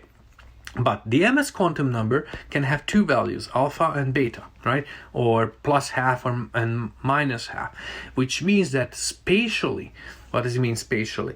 That the set of N, L, and ML quantum numbers, the same set can be shared only between two electrons. Okay, that is, I can only put two electrons on the same spatial orbital. And by spatial orbital, I mean, for example, the 3pz orbital. Why put a z there? The 3 is for the N, the p is for the L, and then the z here goes for the ml. It's an approximation, but it's a good one. Okay, and which means that I can only put two electrons per maximum per spatial orbital. And those two will have to have a different spin. One will have to be a up spin, and one would be a down spin, plus half, minus half, alpha or beta. So they have to be paired. Okay, there has to be a pair of up and down spin, and then I can indicate it like that. And if I indicate the spatial orbital by a box, this is what I have. I put two electrons on this particular box, and I call this, let's say, the 3pz box, and I put in two electrons in there. Very cool. And so now, if you tell me, I have this atom here, and I have 10 electrons on it, now we'll be putting these 10 electrons onto at least 5 different spatial atomic orbitals.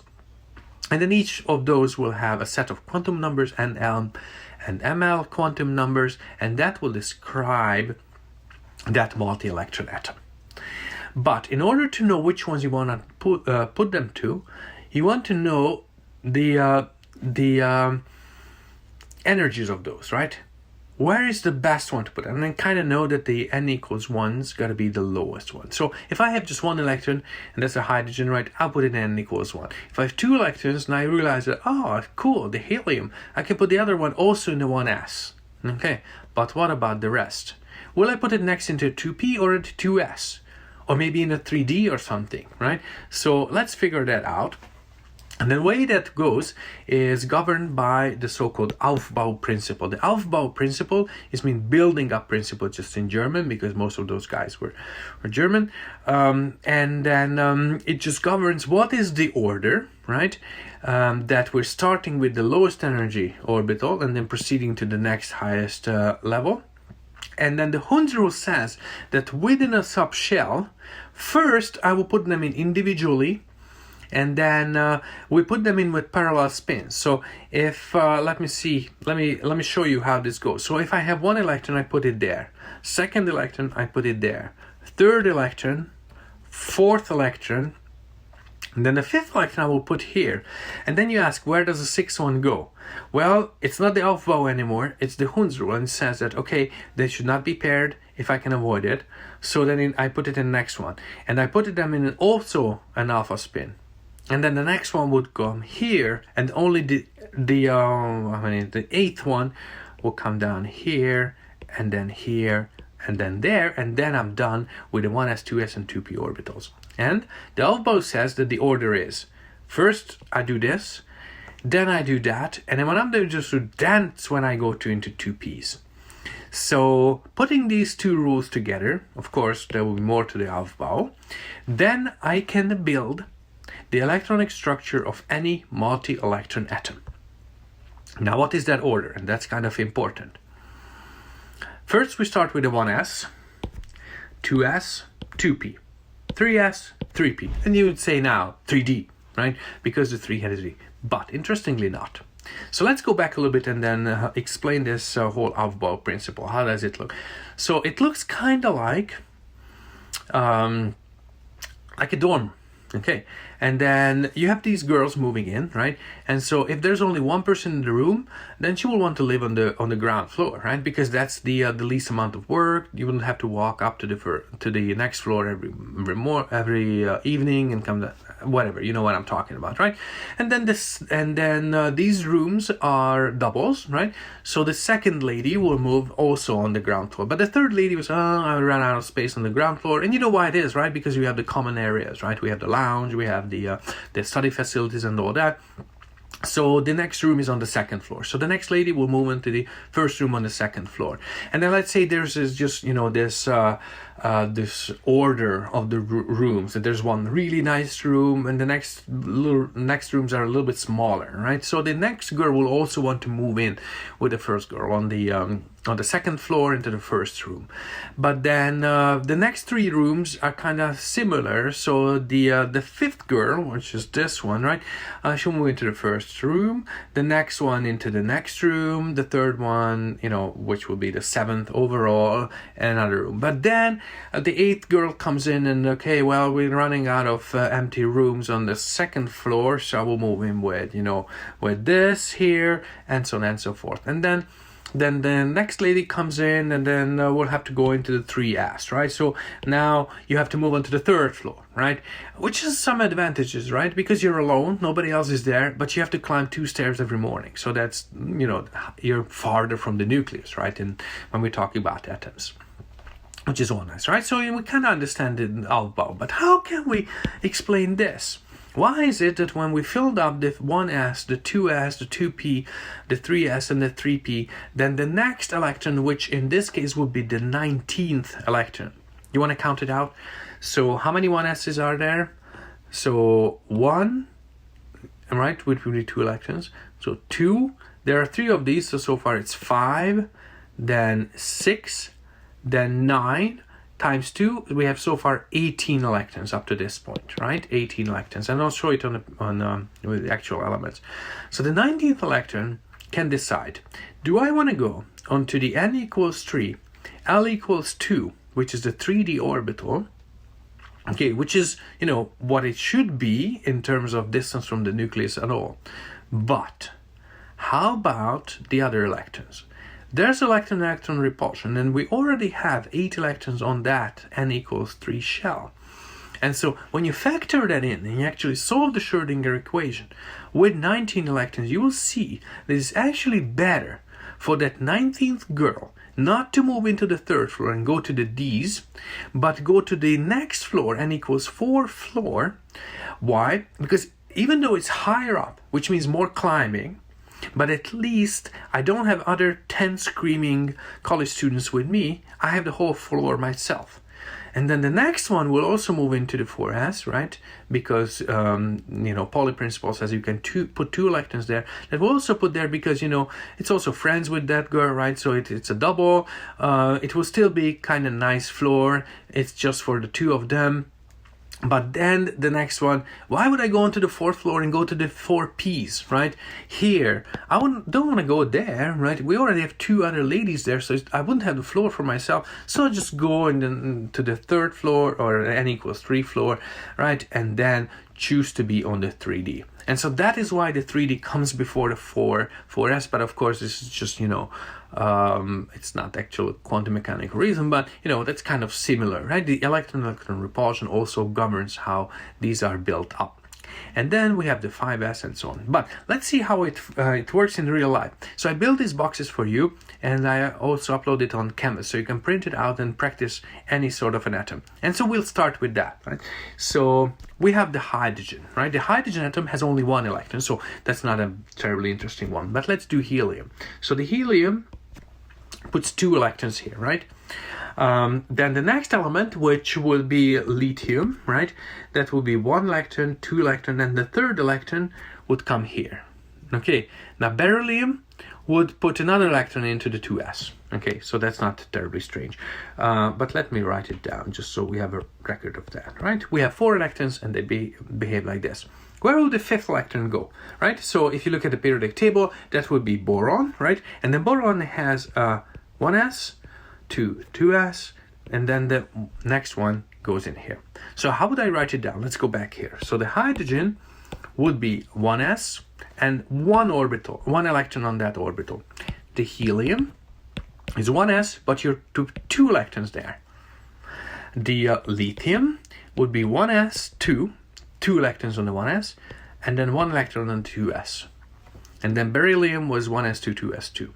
How about boron, right? Boron would be 1s2, 2s2, and then 2p1. Okay, that's what we did. Okay, how about the next one, right? Carbon. Well, carbon is actually kind of interesting, right? Because now we have another electron, right? So this is where we are with boron. Where will I put it? And now Hund kicks in. Hund actually means dog, right?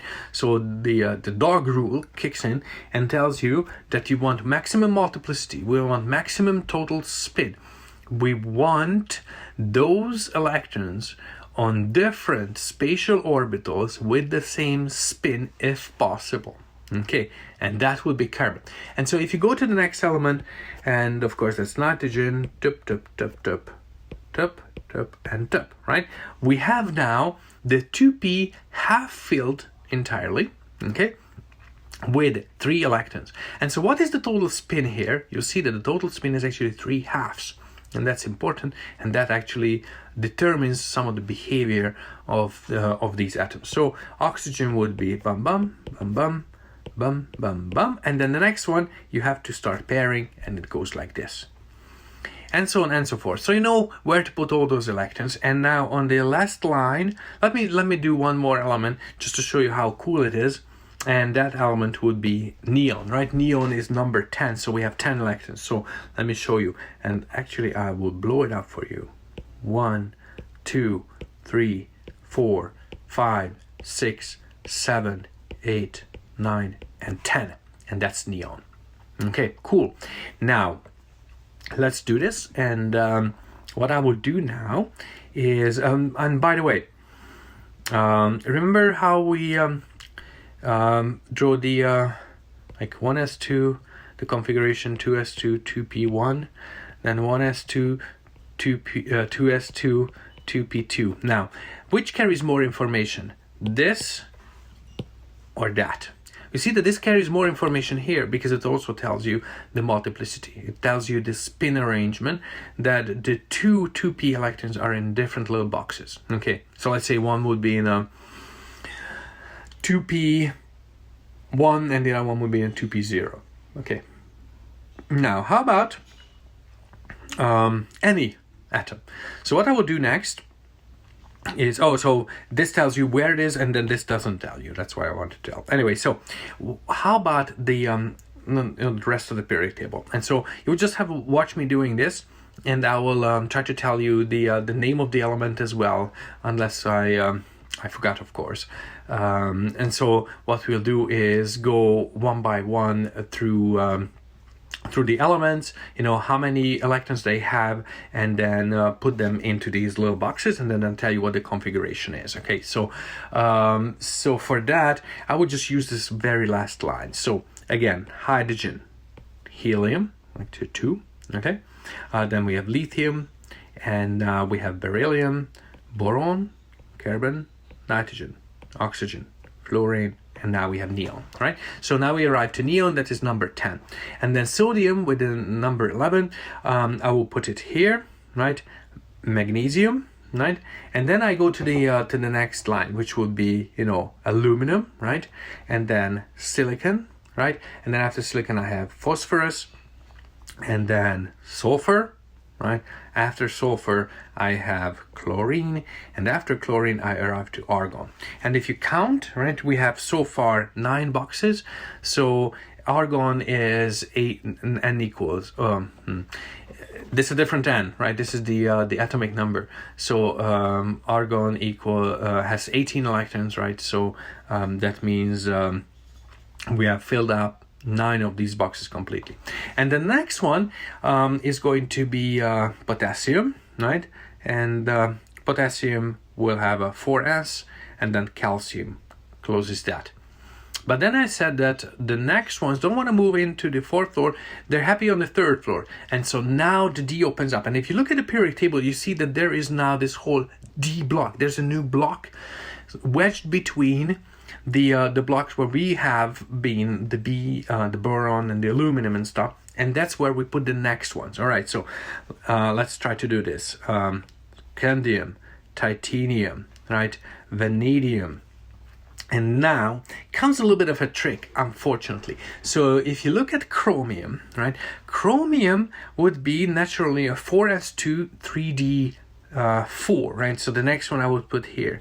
But what happens then is actually a lower in energy is the state, and then I will draw it somehow so it's not as visible. It's actually what it wants is, I so want to have filled the 3D because then it's nice and symmetrical. By the way, mathematically, if you add up all 5 Ds or all 3 Ps, they become spherical symmetrical. So this is a nice distribution. So what we have instead is a very high spin. This is chromium. Because it has 6, right, above the 3p level, above, argon, and so therefore it prefers to have the 3d half filled with 5 electrons. Yeah, I know. So that's why I'm saying that these are all rules that are, approximate. They work for the most part. But the physics is the physics, right? But then the next one after chromium, which would be manganese, is just the good old, right, this. So if somebody asks you how many unpaired electrons manganese has, then you will say it has 5 unpaired electrons. Okay, and then if you go to the next element, which would be iron, cobalt, nickel, and then you have copper. And then for copper, the same thing applies. Copper actually likes to have the D completely filled. And so for copper, I'm using another color. And luckily this is a video, so you can always, rewind if you find this confusing. And then this is actually copper. Right? So the 3D is completely filled, and then there's only 1 on the 4s. And then you would ask, why on earth? Well, this is the thing, that physicists don't ask whys. This is the equation, right? This is how the world works. You solve the equations, and this is what you get. This is Schrödinger equation. You put in all the electron repulsion, all the electron nuclear attraction, the kinetic energies, and solve for it. And then you happen to find that this arrangement has a lower energy than if the electron was on the 4s. This is copper. Okay, anyway, zinc is just normal. And it goes to the next one. And then once that is done, you go to the 4p orbitals, and let me switch back in color, right? Oh, I didn't name the elements, so that would be gallium, germanium, arsenic, right? And then after arsenic, my favorite one is selenium, then bromine, and after bromine, we're down to krypton. Okay. And so whenever we're completing this, when we're completing a 3p shell, you would think it's kind of interesting. Why after the 3p? Because we still have the 3d. But there's actually a marked difference there, right?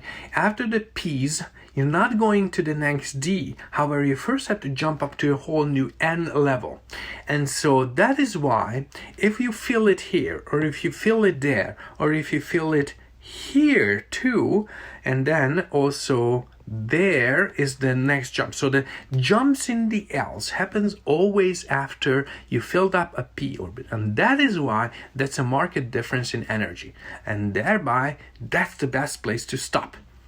If, for example, the director of housing and residential life asks you, how many people should we put, right? Let's say if we don't have full capacity, that is where you should stop. Those are the most stable configurations, and we call them what? We call them noble gases, right? Noble gases are the ones that just finished the 3p, completely filled, and so it does not go into the next n level yet. Okay, and that's the point here, and that's why noble gases are so special. They're so stable, and that's why every other element wants to be like a noble gas. That's why fluorine is a total mantle, right? Remember fluorine? It's one less than neon. It just needs one more electron. It goes crazy because, oh my god, I just need one more electron and I'll be like neon. And then it steals that electron from anyone, blows up and kills you and all that, right? And so this is how it works. After each of these, you have these cutoffs. And with this, now we can answer simple questions like, what is the electron configuration for a particular atom? Okay, so for example, for sulfur, and then we look at the periodic table, and then sulfur has 16 electrons. So how would I do that? Well, I put the first 2 on the 1s, the next 2 on the 2s, the next 6 on the 2p.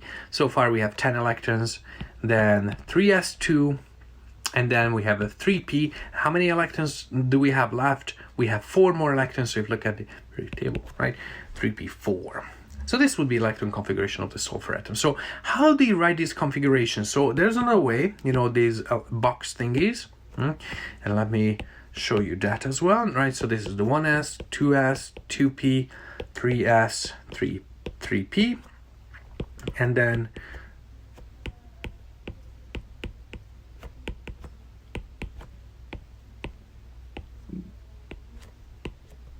this is how it looks like. Okay, this is sulfur, and then, but then also I kind of realized that okay, it's gonna take a long while, right? You ask sulfur, but what if you ask lead, 82? Would I have to write it all down? Well, it kind of, it's repetitive after a while. So why don't we just, cut it off somewhere? Where would I cut it off? At these places, right? So since up to this point, they always built up the same way. So why don't you just say, instead of, writing this whole thing down, I would just say, okay, I'm up to argon, okay, or I'm up to krypton, and anywhere after krypton. So I can do that here, and I realize that, okay, so this is neon so far, and so I can just say neon, okay, and then neon means 1s2, 2s2, 2p, 6, and then after neon I have 3s2, 3p4. Okay, so I exclude this part, and I will call that the core. Okay, so a simplified depiction would be, the subscript, and then within that, a shorthand would be just relating to the last noble gas, and then whatever is after the ones, right? And we will call this core versus valence, right? So the inner electrons are the ones that lie closer to the nucleus. We call them core electrons. And then we can just use whichever noble gas is down to that part. And then the outer electrons, we call them valence electrons, and we are showing them explicitly above the noble gas configuration. Okay, and then what happens is, since the core electrons are closer to the nucleus, they're very stable. Normal chemical processes don't change them. And so all the chemistry is due to the valence electrons, and that's what determines reactivity. Okay. Now, so the same thing with sulfur. Well, actually, we've done that already, so we can just go back here. It would be neon, 3s2, 3p4. Okay, very cool. And now we can do this for every element. And so now we do that, and then we realize that all this build-up, all the Aufbau goes by the periodic table. The shape of the periodic table is actually predicted by the quantum mechanics, by the Aufbau principle, and the periodic table is actually built up in this block of the S, the P, and then the F, where's the last electron in it, okay? And so the structure of the periodic table is to predict the electron configuration for the elements, where they are on the periodic table. And so the way it looks, and this is why I wanted to wait on with going a bit beyond n equals 5. So I started out here, right? I started filling these with 2 electrons, and then okay, so then next 2 electrons, 6 electrons in the 2p. Okay, so this was one here and then one there. Typically, they put the helium on the right-hand side, not on the S block, even though it's an S block. And the reason for that is that's also noble gas. Why? Because we agreed that before you go on to the next n level, that's where you have the noble gas, right? And so before going into n equals 2, the n of n equals 1 is actually at the 1s2. So that's the helium, right? But you can put it here, and then there are some periodic table where they have them in both places, which is kind of silly. It's probably sponsored by helium, right? It wants to be twice on it. So then you go to next 3s, then 6 electrons of 3p, 2 electrons of 4s, and then the 10 electrons of 3d with some variation, remember, around chromium and then copper. And then you go back onto the 4p, complete the 4p, next noble gas, that will be krypton. And then you go on to an adventure of 2 more, n equals 5, so 5s electrons, then 10 on the 4d. Okay, 4d. But after the 4d, you're not going on 4p, right? You would think that, okay, well, right, so if n equals 4, I can have 4s, 4p, 4d, and 4f. But you're not going to the 4f yet. First, you complete the 5p. And then furthermore, you even complete the 6s. Then start out with a 5d and realize, okay, well, now it's really interesting, right? I have somebody on the 6th floor. I even have somebody on the 5th floor. But I haven't finished the 4th floor yet. So let's go back to the 4th floor. And now I start filling it up on the 4f. And I can put 14 electrons there. Why 14? How many s orbitals are there? Spatial orbitals. 1, 3 p's, 5 d's, and 7 f's. 7 times 2 is 14. So the next 14 electrons go here. And then if you actually want to know, that again is sometimes a little bit different than what you would think. Sometimes it goes back and forth between filling up that d orbital. So this element here is lanthanum, and then lanthanum is I can just denote it as xenon, right? Xenon is this guy here. Xenon with 6s2 and then 5d1. Okay, and then the next one, this guy here, that's cerium, and then cerium is xenon, 6s2, 5d1, 4f1. Okay, but then the next one, and then check this out, and that's why I'm saying that it's actually a bit more complicated. So most of it can be predicted. At least we can say, where we are, but what exactly, that makes it a bit different. So the next element on the periodic table is praseodymium. Was it praseodymium or praseodymium? Oh my god. It's praseodymium. Yes, it's praseodymium because protactinium is different. Okay, anyway, so that's embarrassing, but I should know this anyway. So it's PR, right? And then PR has xenon, right? 6s2. No arguments there, but instead of 5d1, 4f2, as would be logical for the next one, it's actually 4f3. Okay, so that's a bit on the complicated side, but anyways, so for the most part, we're filling up the 4f here. There are slight variations back and forth whether you have electron on the d or not. And then, of course, you would figure this out. So where would you have a D again? Well, you know that it's very nice to half fill something as well. And so one is, if you look at the periodic table, europium europium is 63. Right, and the next element will be gadolinium with 64, and then europium. And let me draw it. So europium is xenon, 6s2, 4f7. Okay, that's europium. And it's kind of an actually reactive element too. But anyway, so then gadolinium, the next one, instead of xenon, 6s2, 4f8. It likes the 4f with 7 because that, again, you have 7 spatial orbitals, so it's all nice and spherical. So the next electron it will put on the 6d. So it's 6d1, 4f7, right? Do you have to memorize this or remember this? Probably not. But if you go to the next one, terbium, you will find that 6d disappears because it will be 4f8 anyway, so it doesn't matter, right? So it's actually a 4f9.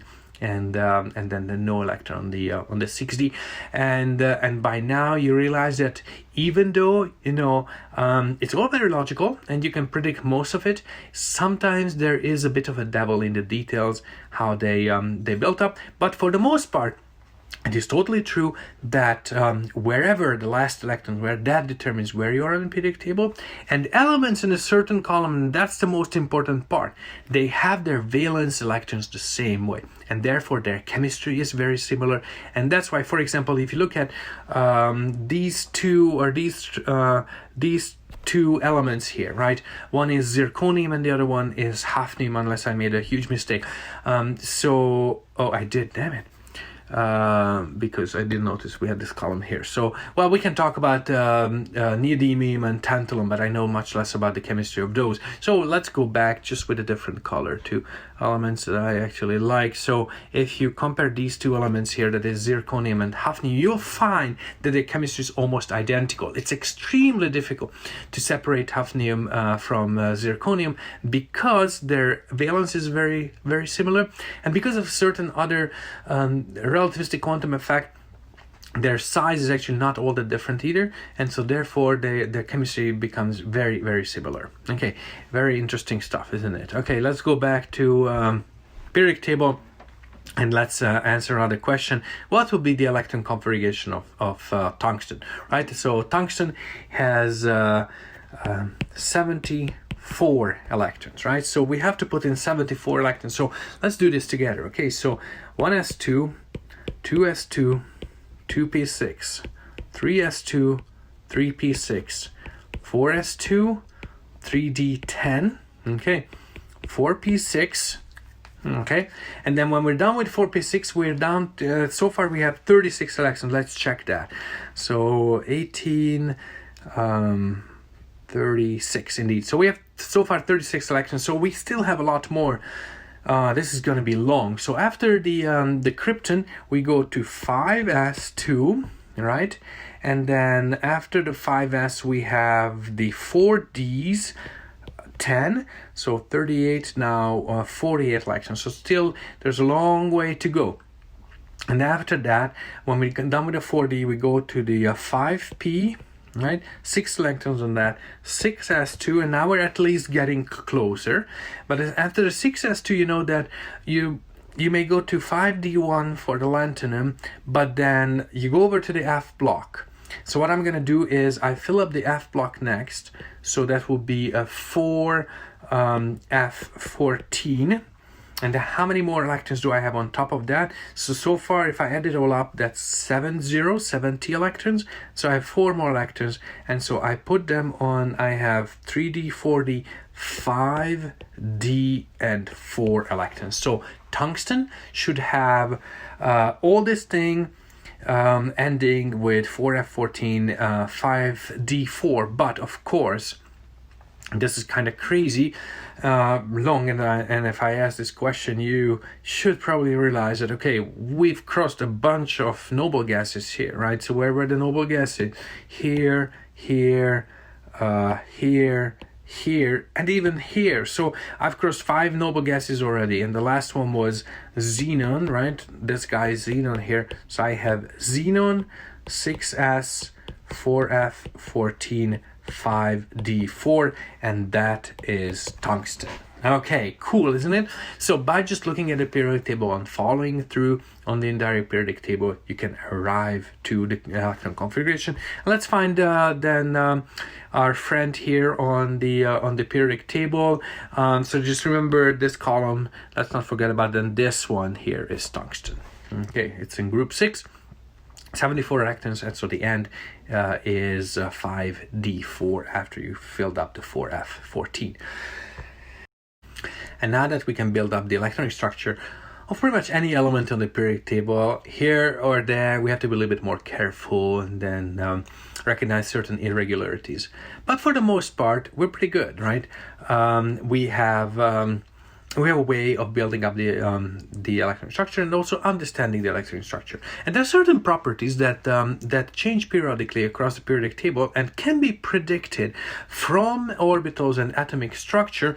And these periodic properties would be atomic size, the ionization energies, and electron affinity. What are these? Well, the size. Well, it's actually not trivial. What is the size? When you actually know that the electrons are a cloud, right? So the size would be technically infinity. The way we usually define it is with a certain probability finding the electrons within that distance. Okay, and so ionization energy would be how much energy is needed to kick out an electron, and the first ionization energy would be kicking out the first electron, second ionization kicking out the next electron, and double ionization. And then electron affinity would be what is the energy difference between a negative ion and the neutral, and that is how much energy is released when you're getting an extra electron, right? So that's a bit, actually it's defined backwards, but we'll see in a moment how we can deal with that. So the size is the simplest, right? The shell within which we have the valence electrons affects the atomic size the most, right? So where they are, which shell. And so the size increases with n, and so as you go from top of to the bottom of a group, like heavier elements, the size increases, right? So size increases top to bottom. But then the strength of the interaction between the nucleus and the valence electron, right? So the interaction between the positive charge nucleus and the valence electrons also affects the atomic size, because you're staying on the same shell, the same last shell within a period, but then the effective nuclear charge increases left to right because you have more and more nuclear charge, but they're shielded by the same number of core electrons, and so it increases in strength, and therefore the valence electrons are drawn closer to the nucleus and decrease atomic size, right? So it increases this way and then decreases to the right, so increases this way. And so we have this sort of a diagonal shape, and if you look at that, you can see that as you go down, the atomic size increases because you're opening new shells, but within a shell it increases to the left and not to the right, because in fluorine, for example, you are on n equals 2, but you have 9 total protons in the center, while if you look at lithium, you only have 3 protons in the center, and therefore the effective nuclear charge increases, drawing the electrons closer to the nucleus. And that's another thing, actually, that last electron, and I cannot emphasize it enough, that fluorine is mental. Fluorine with a 9 electron is just crazy, because it's not just that there's that missing 2p last 2p electron, but it's also that is so close to the nucleus that it's really wanting it there. And then that way we can also look at, how about cesium? Cesium is also mental, but in a different way, and in kind of a cool way, right? Fluorine kind of poisons you and kills you and gives you cancer and all that stuff. Fluorine is nasty. I've done experiments with fluorine because it's also a very interesting element. In fact, we are the ones, we haven't published it yet, but we are the ones who finally determined to greatest accuracy the bond energy between 2 fluorine atoms. So that's cool stuff. So I've worked with fluorine, but I absolutely hate it. And then cesium is also very reactive, but in kind of a cool way. once we got some samples of rubidium and cesium from somebody in the industry, and of course we started playing with it, that is throwing it into water, and it makes a huge explosion. It's really cool. But cesium is very reactive in a very different way from fluorine, right? It wants to get rid of the electron. And then the reason why it can also give it away very quickly, makes it very reactive, that's huge, right? So that the electron that it wants to give away is far up, far from the nucleus, right? And so it's easy to lose it. We'll see in ionization energies. And so that's a very reactive element as well. Okay, so size does matter. Anyway, so this is the trend. And then as you can see, there is this diagonal trend, which is very typical of the periodic table. Okay, and so this is just the atomic radius as pictured, and there are every now and then some anomalies. So for example here, when you look at this around the I think this is already when you open the 4F, right? So there are some discrepancies. There are a couple of elements around 60, which would be, again, that's when you're building up the early 4Fs. And so, but the trend is this diagonal one. Okay, so how would you rank based on the periodic table these following elements? So iron, potassium, rubidium, sulfur, and selenium. And so for that, let me draw you a simple periodic table, okay, without the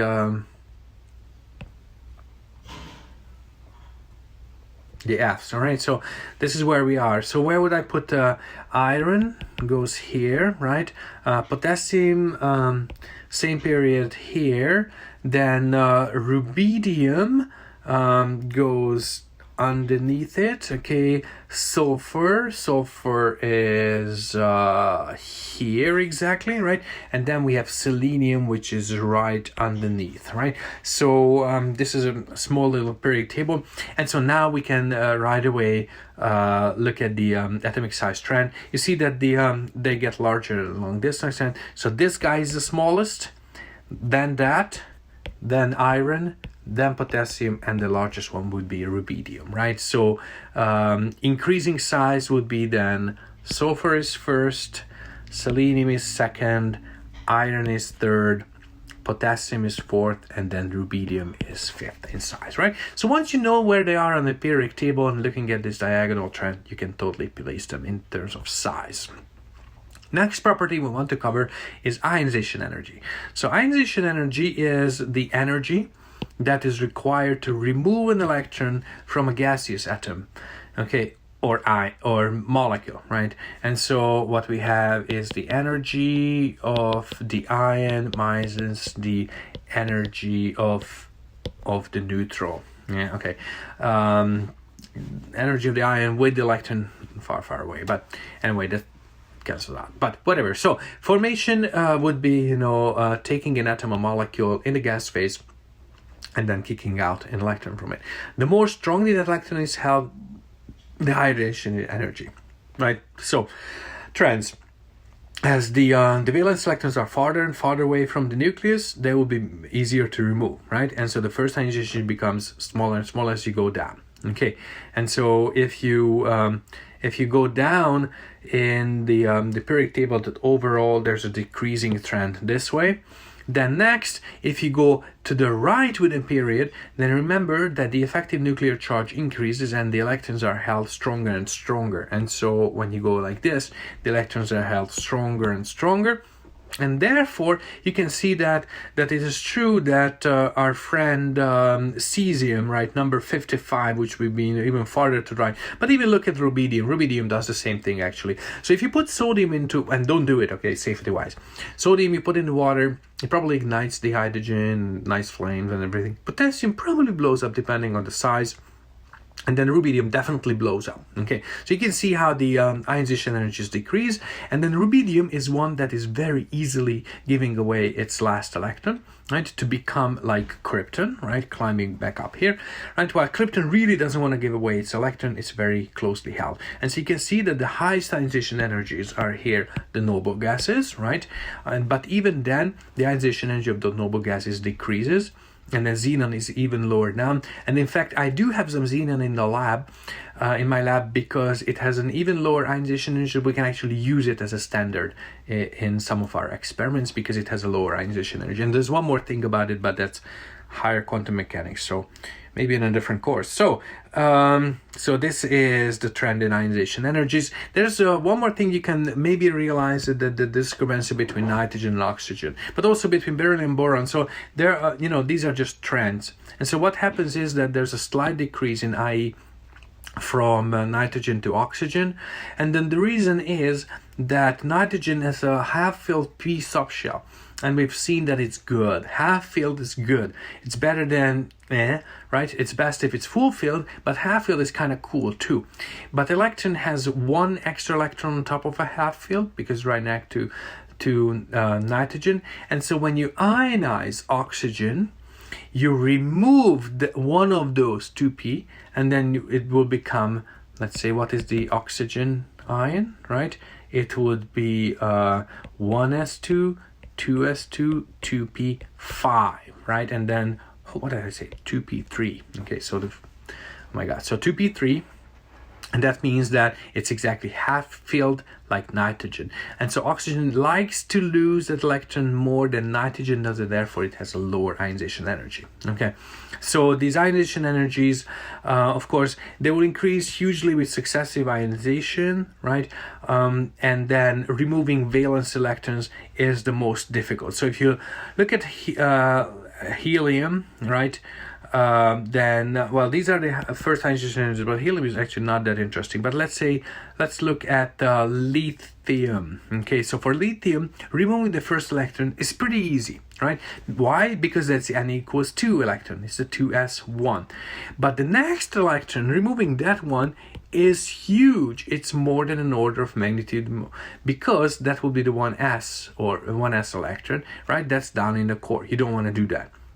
But if you look at, for example, beryllium, then the first two are comparable. You're removing from N equals 2, but then removing the next one is awful, right? You would have to remove after 2 charges already from the N equals 1. That's kind of an impossible task, right? So a triple ionization of beryllium is just totally crazy. Now, boron, again, the third electron. So overall, removing valence electrons is much easier than removing core electrons. And the biggest difference is you see when you're close, when you have a few electrons to remove. Okay.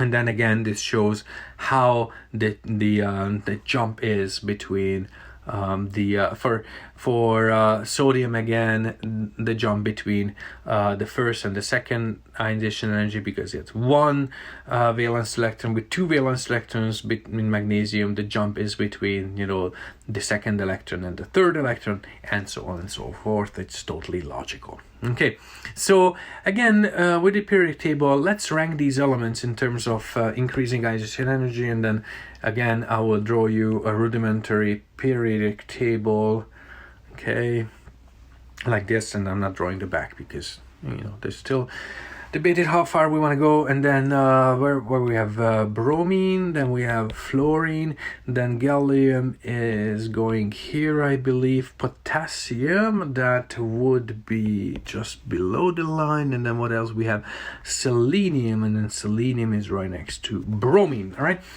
hope I didn't make some huge mistake, but probably didn't. So the increasing ionization energy would be in this direction, right? And so the lowest ionization energy would be potassium, then gallium, then selenium, then bromine, and then fluorine. Okay, so this is the order by, again, these diagonal trends. And the very last topic, and then I swear we'll finish after this. It's in a long chapter. So electron affinity, that is the energy that is required to place an electron, right, on a gaseous atom, right? So what would be the energy difference between an anion and its parent neutral? And so the more negative it is, the better, the higher the electron affinity we call, right? The bigger negative numbers, more energy is released, so the more negative, the better. Okay. So we're actually looking at a numerical value, right? In the negatives, the larger it is, the more stable the ion would be. And you can right away see that who likes the electron the most. Okay, so that's the story, right? Fluorine and chlorine. And then before that is 2 electrons is still cool. 3 electrons is not as great, and so then this part afterwards becomes murky in most of these.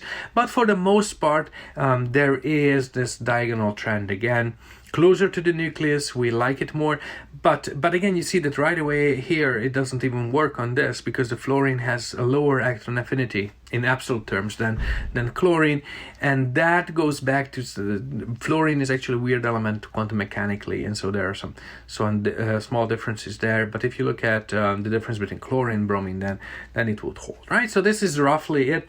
This is how the electron affinities trend in the periodic table. Again, you can kind of explain it by the periodicity, by the electronic structure, which elements like the electrons the most and which ones like the least. Again, far from the nucleus is not as good to get an electron. So giving an electron to cesium, that's not cool, right? Giving an electron to fluorine is very, very cool. It will really appreciate it. So thank you for listening. This was the atomic structure chapter in Chem24, and then this is one of the most important chapters in terms of not numerical calculations for the midterm exam and all that sort of stuff, but just to understand the very basics of atomic structure, how the elements are built up, what is the basis for this whole periodic table that governs reactivity. And then with this knowledge we can build any of the atoms, and in the next chapter we'll see how that will influence what kind of compounds they will. So these 2 chapters right after each other, they give you sort of a physical insight into why chemistry works in a certain way. So thank you for listening, and this was chapter 6 in Chem24.